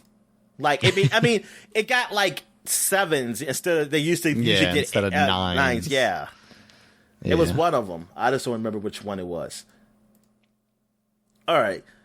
So what else? We got Matt Hoffman's Pro BMX came out for both the Game Boy Color version and the PlayStation version. So this is I might have played that Game Boy Color version. This is the first of the Pro bikes. Like, this is their Activision's answer to Dave Mirra. Well, not Dave Mirra. Is it Tony? No, Activision. What was the Pro bike one that came out at the same time as Tony Hawk? Was it Dave Mirra? It must have been Dave Mirra. Yeah, Dave Mirra. Yeah. Dave Mirra was the one.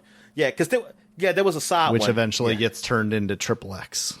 Oh yeah, BMX exactly. Triple X. Yeah, this is like the answer to Dave Mirra, really, because Activision didn't have our bikes, and they saw how Dave Mirra was doing pretty good. It's like, we gotta keep it all here. We gotta start making money. We can make this game, but with the Tony Hawk engine. Exactly. But I think Dave Mirra still turned out to be the better of the BMX games, at least from rating standpoint. I saw that. All right, so hey, wait a minute. Did Matt Hoffman have anything like you can ride your bike as Spider-Man or Luke Skywalker or like a Jedi? I'm trying to think of who their secret characters were. That's how Darth Maul dies. He breaks his neck by doing a flip on the bike. Yes, he tries to do the backflip and fucks his neck up. Let's see. Do they have just a list of... Here you go. Tony Hawk is a featured hidden character, as is fictional elderly character named Granny. So, no one as cool as Spider-Man or Jack Black, but you can play as Tony Hawk or Granny.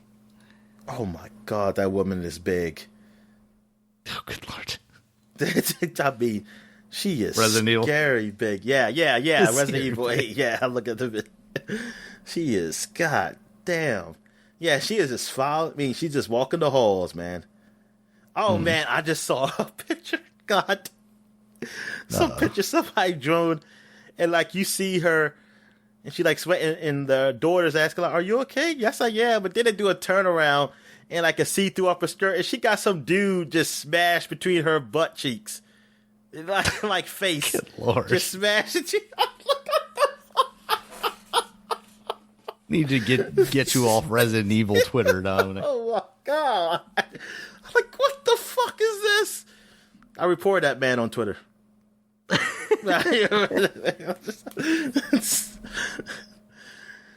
All right, and last and maybe least, I don't know how good this game was. I mean, it looked like a good side scroller.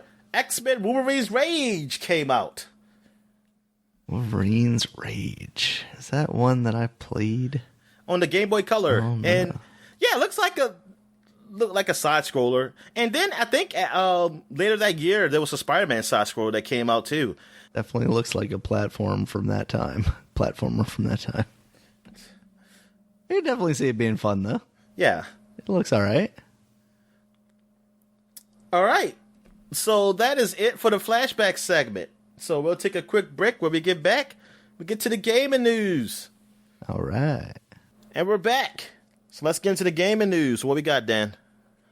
All right, Dominic. First up, we got some visual news here that doesn't really work for a podcast because I'll have to describe how good these look. But Sony has announced that they're coming out with new controller color options for the DualSense controllers, PS5 controllers, which is good. I mean, I always liked as a kid having like different color controllers for different people. So like, I got one actually on my 64. My stepfather bought one that was going to be like his controller, but he got the blue one. And I always thought that was really cool because I was stuck with the gray one. And then he never ended up playing. So it was like, all right, I got the blue one now. But I always liked having different colors for different things. And they've announced a red one. They're calling it Cosmic Red, as well as a Midnight Black.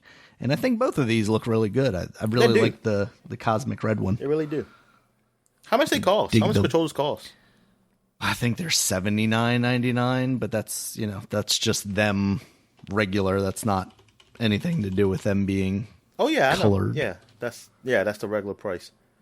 Yeah, because they're just more expensive because they got all the dual sense stuff. Or what did I say? $79.99, $69.99. Wow, that's what they are.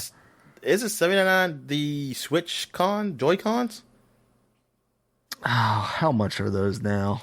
Let's see. Joy-Cons. Yes, they are. Yeah, so $80 for Joy-Cons, $70 for PS5 and the Pro controller is $70, right? The Switch Pro controller? Is it? God damn. That's probably the reason I never bought one. Yeah, I think that's one of the reasons I never bought one. I know at the time it was more than a game. Amazon, it's $60. Oh, okay. I knew it was more than $59.99 from the start. What is the Xenoclash one cost? $98. Good lord. I don't know what that is. What is that version? It has like the pink grips, and then it has like a little design on the middle of it. Oh, okay. To match the game, I guess. Yeah, 50. Yeah, I just have to keep using my Wii U Pro. Yeah, well, I mean, not too bad, right? No, it's all right, but I still like the thumbsticks, like the Xbox 360 though, or one, because these thumbsticks, they're the ones they're on the bottom. Right. Yeah, Sony style. Yeah, I gotcha. Yeah, I forgot they made that switch. All right. Yeah, so it's cool that they're coming out with colors. It would be even cooler if they were coming out with consoles that people could actually buy, but you heard about that is that there was something report out saying, I mean, I don't think it's any confirmation from Sony though. That looks like someone said, like, basically like saying from the inside that looks like you probably won't be getting consoles regularly even like next year. Yeah, until maybe not even early next year. Ooh. Yeah, I mean, I know you're hearing it everywhere, like in all the businesses. Like you hear the car people talking about how like car shipments are down because of these chips that they need, and there's a chip shortage and this and that. So this is why microchips should not be in cars. I should just turn the crank and go. Exactly. Yeah, it's crazy to think that like. Well, put pedals like a bike, where I can just wheel it. It'd be semi. Or just let me put my feet on the ground. Don't do that. Because this pavement is so hot. Thing is, I never understood with Flintstones how they turned. So I was like, they don't have an axle or anything. How you turn? How do they turn? Oh, they don't. The Maybe power it's like of they cartoons. They go all straight. the roads were straight. Yep. And then the car was symmetrical, so you just take the top off and then attach it to what is now the back, so you just turn around, basically.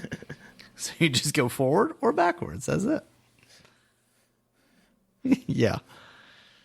Stop trying to put logic into my Flintstones, Dominic. Yeah.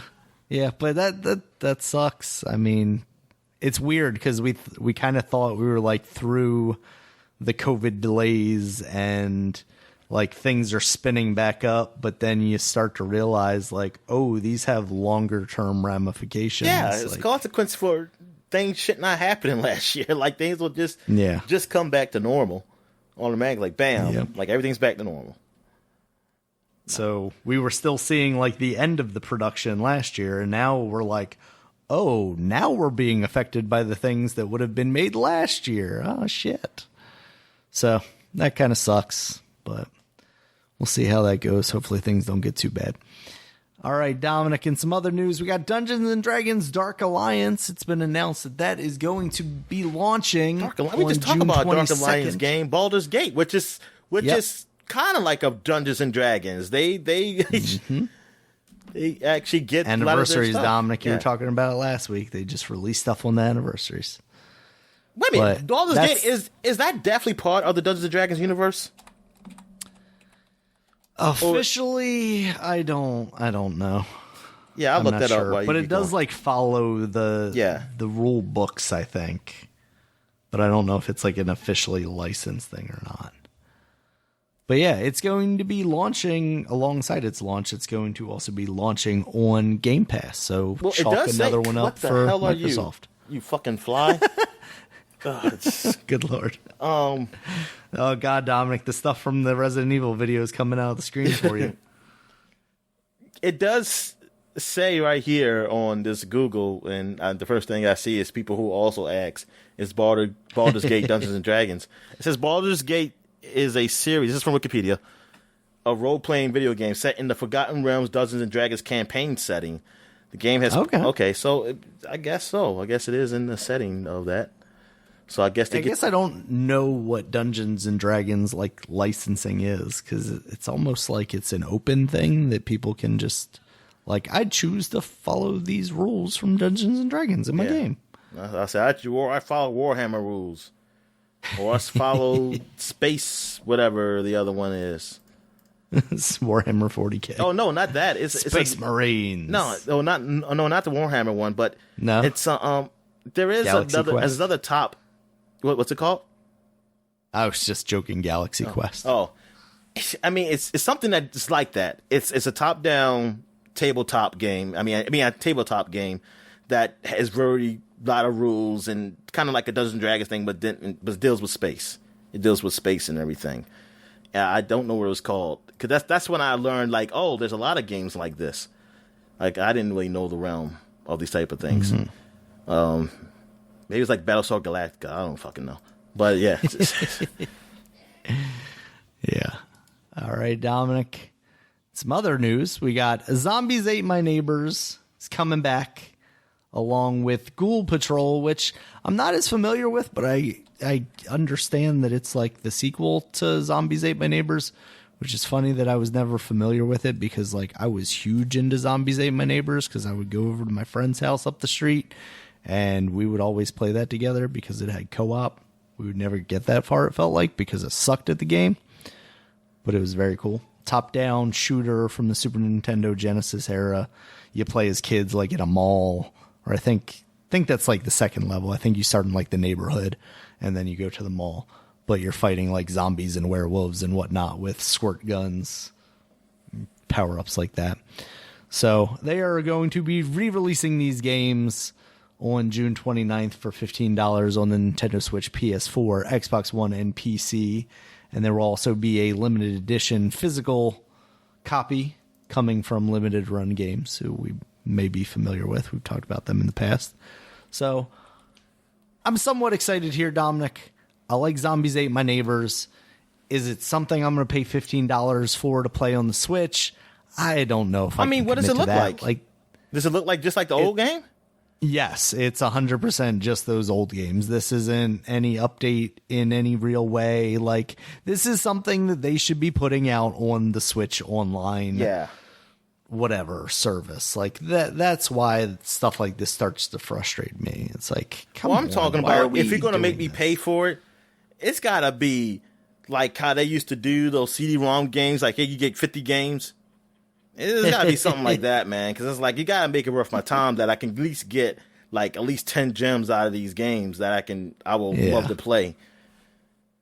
Because $15 is a stress. Like, I can, you know how easy I can just steal this game?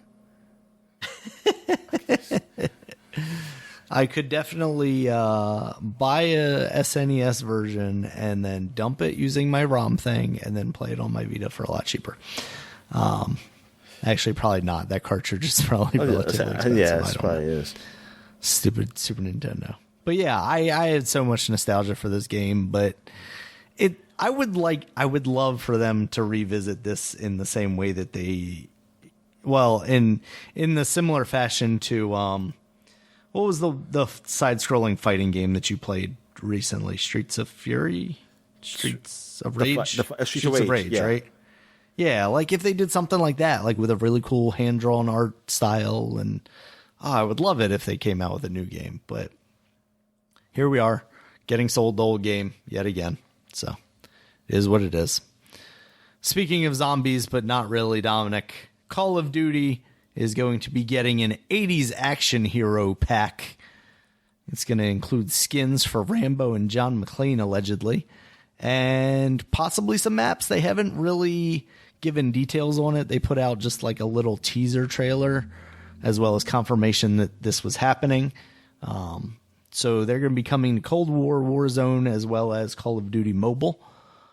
I'd love to see them add like a map into Cold War. That would be really cool, like a Nakatomi Tower or whatever it is from Die Hard.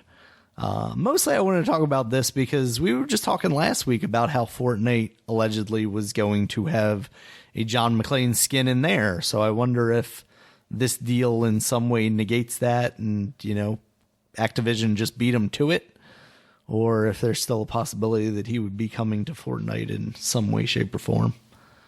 What do you think? Oh, yeah, I hope so. I mean, I hope it's something more to that, because it can't just having skins is not enough. But I mean, you said that looks like there was a setting there, but how does that work with Warzone? Like, so that's what, when we were talking about it before the podcast, like, I wonder, I'm not familiar enough with Warzone, like, even from listening to people talk about it, because I haven't heard them talk about it as much as I've heard, like, talk around Fortnite. I wonder if there's different, like, areas or zones in Warfare where it's like, here's Tippy Tower or whatever it is in Fortnite, like this section that they could modify in some way to, like, now it's Nakatomi Plaza. And that would be really cool if it was just like, hey, this section of the map over here is now related to Die Hard, and then over here this woody area is now been turned into the little town from Rambo or whatever. I think that would be neat. Yeah, just don't know if they're committed to actually doing that much work for it. Oh, nah. We'll see. Especially you don't have to. Yeah, but I mean, like, that's got to be part of why Fortnite has gotten so big, right? Like, the continued support and ever-changing landscape of that game. I think Fortnite, they got to keep changing, because it's going to get old if they just kept it the way they first had it. I don't think it'd be nearly as popular. Activision is just like, we can just release another Call of Duty game. Yeah, that's what I'm saying. They're releasing the whole new one. We don't have to change this one. And when at least, I guess, what are they doing? Are they releasing a Call of Duty game and then they'll just update Warzone with that Call of Duty game? That's how they just do it? That's what it seems like, basically. Okay. Is you can access like Warzone through Call of Duty Cold War's menu or whatever, and it just goes to the same Warzone. It's like, here you go. Let's add some of these characters from Cold War, and now you can play as them in Warzone. And I guess that's part of why Warzone is so big, like file size wise, because they just keep adding more and more content from this stuff. Yeah. speaking of first-person military shooters, though, Dominic, we got Battlefield. It's being teased by EA. They released a tweet that said, soon, June, boom. So, big things coming, I guess. What would you want out of a new Battlefield game, Dominic? Is there a setting that maybe they haven't explored or Call of Duty hasn't explored that you would find more interesting than just more generic modern day shooty boom boom? I don't know, because they did World War One, World War Two. I guess they have to go to Future War again. I mean, I know they did that years ago, but maybe it's okay to do it now. I mean, would it even matter if they actually did something like what's the one with the story and the demolition stuff? Oh, Red Faction? No, sorry, the Battlefield one. Bad Company. Oh, yeah. Would the setting even really matter if they did a really fun Bad Company-esque game where, you know, it has a good story and some neat little gimmicks to it? For me, it wouldn't. I mean, I'd just be okay with the single player if it was like that. But yeah. I honestly don't know. And I mean, I'm not the right guy because, I mean, I'm not a huge Battlefield guy who plays. I just don't know what the people want. Well, something like I want. What I want. They want a freaking battle royale. Yeah, I don't. It's crazy to think that they tried that and it went absolutely nowhere. Nah, I mean, for one, they should have put it out when the game came out. 100%. Yeah. Like they waited so late when people just weren't into Battlefield. I mean, like Battlefield doesn't have that staying power. Battlefield 5 didn't have that staying power. You know, like a Call of Duty. Like you got to put out there fresh. Like people aren't going to be waiting around. Like, oh yeah, let me play it now because they got And then you have to be willing to commit to it too. Yeah. Like even if you're losing out on it at first and it doesn't seem like people are playing it really, you got to keep supporting that thing until people are. I mean, that's what it's about. Like, I mean, Apex Legends came out of the gate hot, but then it feels like nobody was talking about it for a long time, and then it seemed like it surged again. Yeah. And, you know, maybe that's just the corners of the internet that I follow. Maybe the entire time it was doing fine, but I could have swore people were talking about it like, oh, player count is down a little bit, you know. It seems like it's struggling a little more, and then they seem to come back again, so. Exactly. So they like you said, they had to commit to it. I'm just curious. I have no idea. Like, I have no idea what I want. I mean, because right now, I'm not really thinking about Battlefield. Like, that's not the type of game I'm really looking at. Like, they have to do something to really exciting to grab me. Like, like, a game I want sort of multiplayer. Like, I'm more curious playing something more futuristic, honestly. Something more like Halo or what Titanfall was. Like, I'm looking for something similar in that vein if I'm going to touch something. Like, I don't really care about playing boots on the ground. Like I know people they were like excited when Call of Duty went back to boots on the ground. Like, I wasn't. Like, even though I wasn't really playing Call of Duty, but that wasn't what was keeping me from Call of Duty. It's like I actually do like the futuristic stuff. I thought like boots on the ground. I mean, sometimes, but it's not something like I just want that all the time. Nah. Yeah. Like, I want something that changes. I want something where it's more than just shooting for kills, that's why I kind of like Battlefield, because it's about collecting points sometimes, like points on the map, like capturing points and try to move in that way. But I like the idea, like, it's Battlefield, because you're not just boots on the ground, you're also flying planes and tanks. But now I wouldn't mind having something like, okay, let's get some new type of vehicles here, vehicles I don't even think of, or something more creative. Yeah, I mean, going back to something like Battlefield 2, where they had mechs and things like that, that could be really cool. I guess we'll see. Yeah. We'll get details sometime in June, allegedly. Maybe what I could see them doing, because I think they've said they're going to participate in E3 to some extent. So I could see them saying, like, in June, hey, here's Battlefield, whatever it's going to be. And then they've also announced that they're going to have an EA Play event in July on the 22nd. So then that would be like the actual, here's the gameplay, stuff like that. Like, we get a quick reveal, and then here's full detail. We'll give you details on July 22nd, and then come back for our thing. Yeah. And hopefully they have some other games to really show, like games that I'm interested to see, or people are interested to see. Like in the sports realm, I hope they have something on the NCAA football game. And I don't know if they have anything on a baseball game yet. I'll be surprised if they do. It feels too soon, but also that would be an awesome surprise. Yeah, because maybe they've been working on this all the time and we just didn't know. I don't know. But then hope we get some Dragon Age news, maybe, or like video, not just news. Really like actually gameplay, something of that nature, and maybe a surprise, something that's surprise. Because I don't know any other franchise they were working on that I remember hearing about. Like it's some surprise game, or maybe a surprise franchise to bring it back, like a Dead Space or something like that. I don't know. Unraveled 3 down. Yeah. I mean, people like it. Why not? But yeah, I just want something that I just didn't know and say, hey, this catches my eye. Fresh IP. Or something with the Star Wars universe. Like are they still going to work on that license?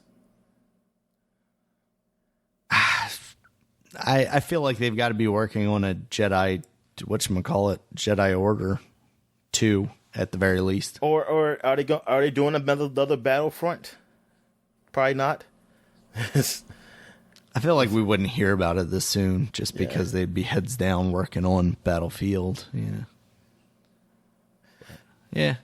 I don't know if it'd be too soon for a Jedi Fallen Order 2 announcement or anything yet, but I want to sell them on Titanfall. They've got to be working on that.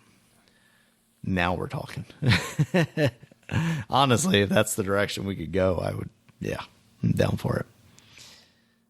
All right, Dominic, in some other company news, we got Ubisoft. They are allegedly going to be kind of changing their focus to go a little more in the free-to-play direction. We've already talked about the one last week, the Tom Clancy new game. And I guess it sounds like that's a direction they've seen and went ahead. They did say that doesn't mean you're not going to get your AAA titles. You're not going to get your Assassin's Creed. You're not going to get your Far Cries. You're not going to get your Skull and Bones, which they also announced won't be coming before April 1st of 2022, because it's like now officially pushed into that fiscal year. So Skull and Bones, RIP, we'll maybe see you one day.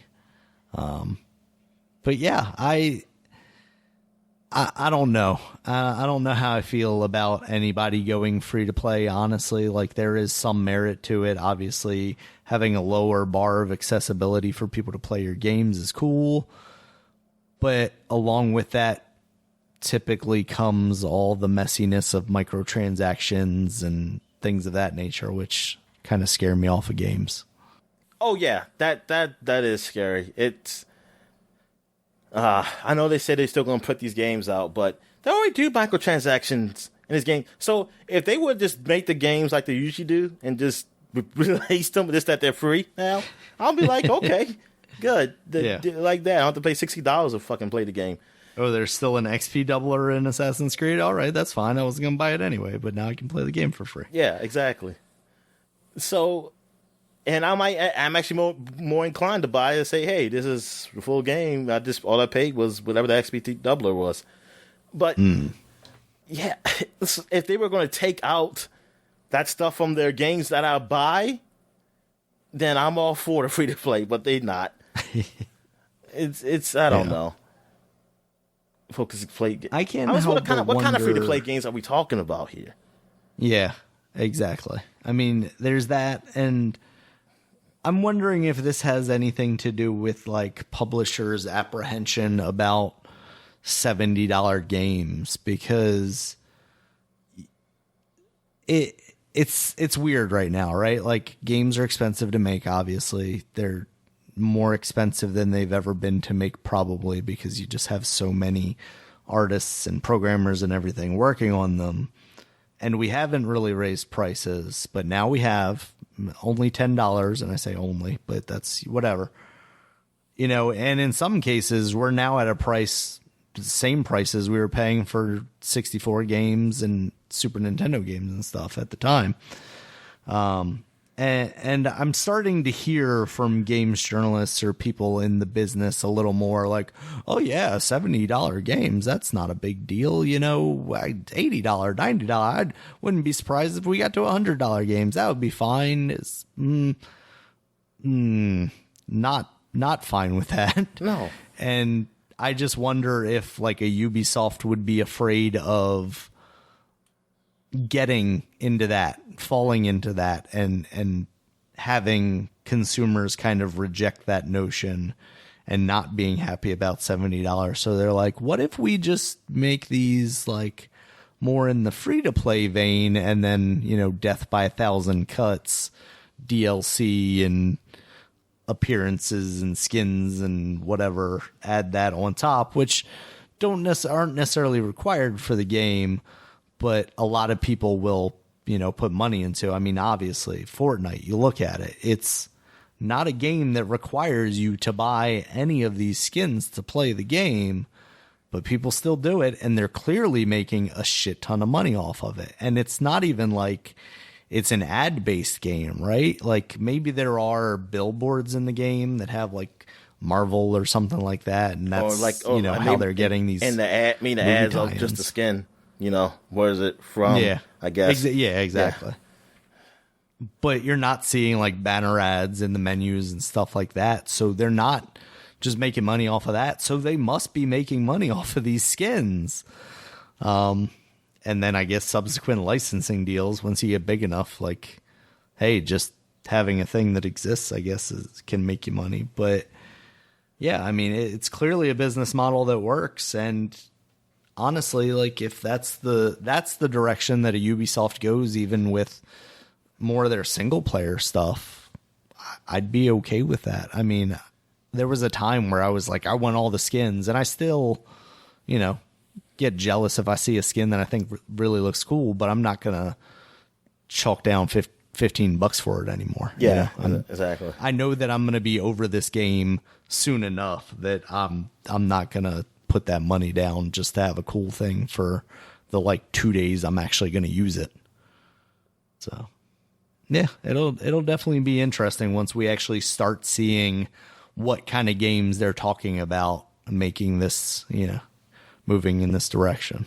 So maybe E3 we'll start seeing that stuff. I mean, obviously outside of the one that we already know, the Tom Clancy's Division game. So, and just that, I would be interested to see what they do as far as the Division. I wonder if we're going to see any news on Beyond Good and Evil. Maybe they go free to play with that. I don't know. Yep, they should go free to play. They should just, here you go, free to play. You open the game, and then it goes, sorry, we didn't actually make for Beyond Good and Evil 2, but here's Beyond Evil Good and 1. Play this. And then you just play that game. And then you're all right with it because it's a good game. Guess we'll see at E3. One last story I got here, Dominic. Gabe Newell was doing a talk at a school somewhere, and basically somebody asked him, what do you think about Valve games on a console? And he was like, we're thinking about that. We're going to discuss that later in the year. So now people are speculating that we're going to see Valve games coming to consoles. The only problem I have with that is there's not a whole lot of Valve games that have released since the Orange Box has come out. Yeah, this one outside of like the games. A Dota that just doesn't really. Dota doesn't seem like it would really fit on the consoles. I mean, maybe it would work on a controller, but it seems like it's a keyboard kind of thing. And it could be crossplay. Half-Life Alyx. Yes. God, I could not imagine the level of toxicity between PC Dota players and Dota players playing on a controller. But yeah, I mean, but Half-Life Alyx, yes. Yeah, I'm a little bit surprised we haven't seen some sort of talk of Half-Life Alyx coming to a PlayStation VR yet. Because you can obviously play that with any of the VR headsets on the Switch PC. VR, the little VR box, cardboard box thing. The Labo. Yeah, the Labo. That's right. There we go. Now we're talking. Yeah. So I mean, maybe they were just waiting for Sony to come out with their new VR hardware and have an actual controller that maybe has the functionality that they want you to be able to use and experience in a Half-Life Alyx. So I could definitely see that. I mean, I know you were talking about when we were kind of going over the news stories, Left 4 Dead, hoping that this would mean maybe more updates to that existing game on the consoles. In Xbox Series X enhanced, version, that would be cool, right? Or finally release it on the PlayStation. Nah, PlayStation doesn't need that, Dominic. Exclusives. Yeah. So, yeah, I mean, if they just came out and said orange boxes on the new consoles, do you think people would react adversely to that? It's like, here's this thing that you already had. Yeah, somewhat, yeah. Prettier. I mean, that'll get me to play it again, honestly. Yeah. But is it time for Team Fortress 3, Dominic? You gotta ask those Team Fortress fans. I mean, for me, it's been time for Team Fortress 3 because they never did update the console version. So it been time. Yeah. For those fans, they're still playing too. But the PC fans, they got a whole bunch of updates on that shit. I mean, and mods and all that stuff up there. Yeah, I've just got one where you turn everybody into a real-looking person. It's super creepy. That is creepy. All right, Dominic, did you see any other news this week? Nah, man. I think we're good. All right, we're getting the new releases here real quick. We got Hood, Outlaws and Legends for the PC, PS4, PS5, Xbox One, Hood, and Xbox Series X. Can't say Robin Hood, and it's cooler to say Hood. Nope, it is. What's up, Hood? And also, yo. Yes, I've seen Robin Hood Men in Tights. Yeah, I haven't seen reviews for this game yet. It seems like a cool enough idea, kind of like asynchronous multiplayer where you're trying to. Is it better than Styx, the goblin assassins guy? I'm gonna say probably not. Yeah. At least not for me, because that was a game that had single player, and I doubt this one has a very comprehensive or this is robust single player. It's really focused more on the multiplayer, right? Yeah. Yeah, it's mostly like team versus team trying to get each other's diamonds or whatever the money of the age was. We also got Call of the Sea out now on the PS4, PS5. Call of the Sea, what is this? It sounds familiar, right? But I don't remember what that game actually was. I think it's called Cthulhu. Why does this look so familiar? Was this Chicken of the Sea? Chicken of the Sea, yes. The tuna of the sea. According to Wiki, it is an adventure game developed by Out of the Blue and published by Raw Fury. I'm trying to think, because I know we've seen gameplay of this somewhere. And I wrote it down because I saw the cover and I was like, oh yeah, it's that game. I really liked the look of that game. It reminds me kind of The Witness. Like it has that vibe to it, like you're on a tropical island, but it's very bright and sort of cartoony in a way. Okay. It's a game that's actually very interesting looking from this trailer. So yes, I would be very interested to see how that now I'm gonna look reviews. this up. I think we saw it as part of like one of the Xbox things, because that's where I'm seeing the trailer here. Oh yeah, we did see this. Yeah. Yeah. As almost like a Raw Fury BioShock mixed with Firewatch, mixed with The Witness, kind of. Call of the Sea. Call of the Sea. Down when it's wetter. Down when it's better. Take it from me. All right. What we got? And apparently it's in Game Pass, maybe. All right. Is we it also Game got Pass? Famicom. That's what somebody in the comments of this said, but that was from December 8th, so I don't know. Maybe it was removed from there. Game Pass, Call of the Sea.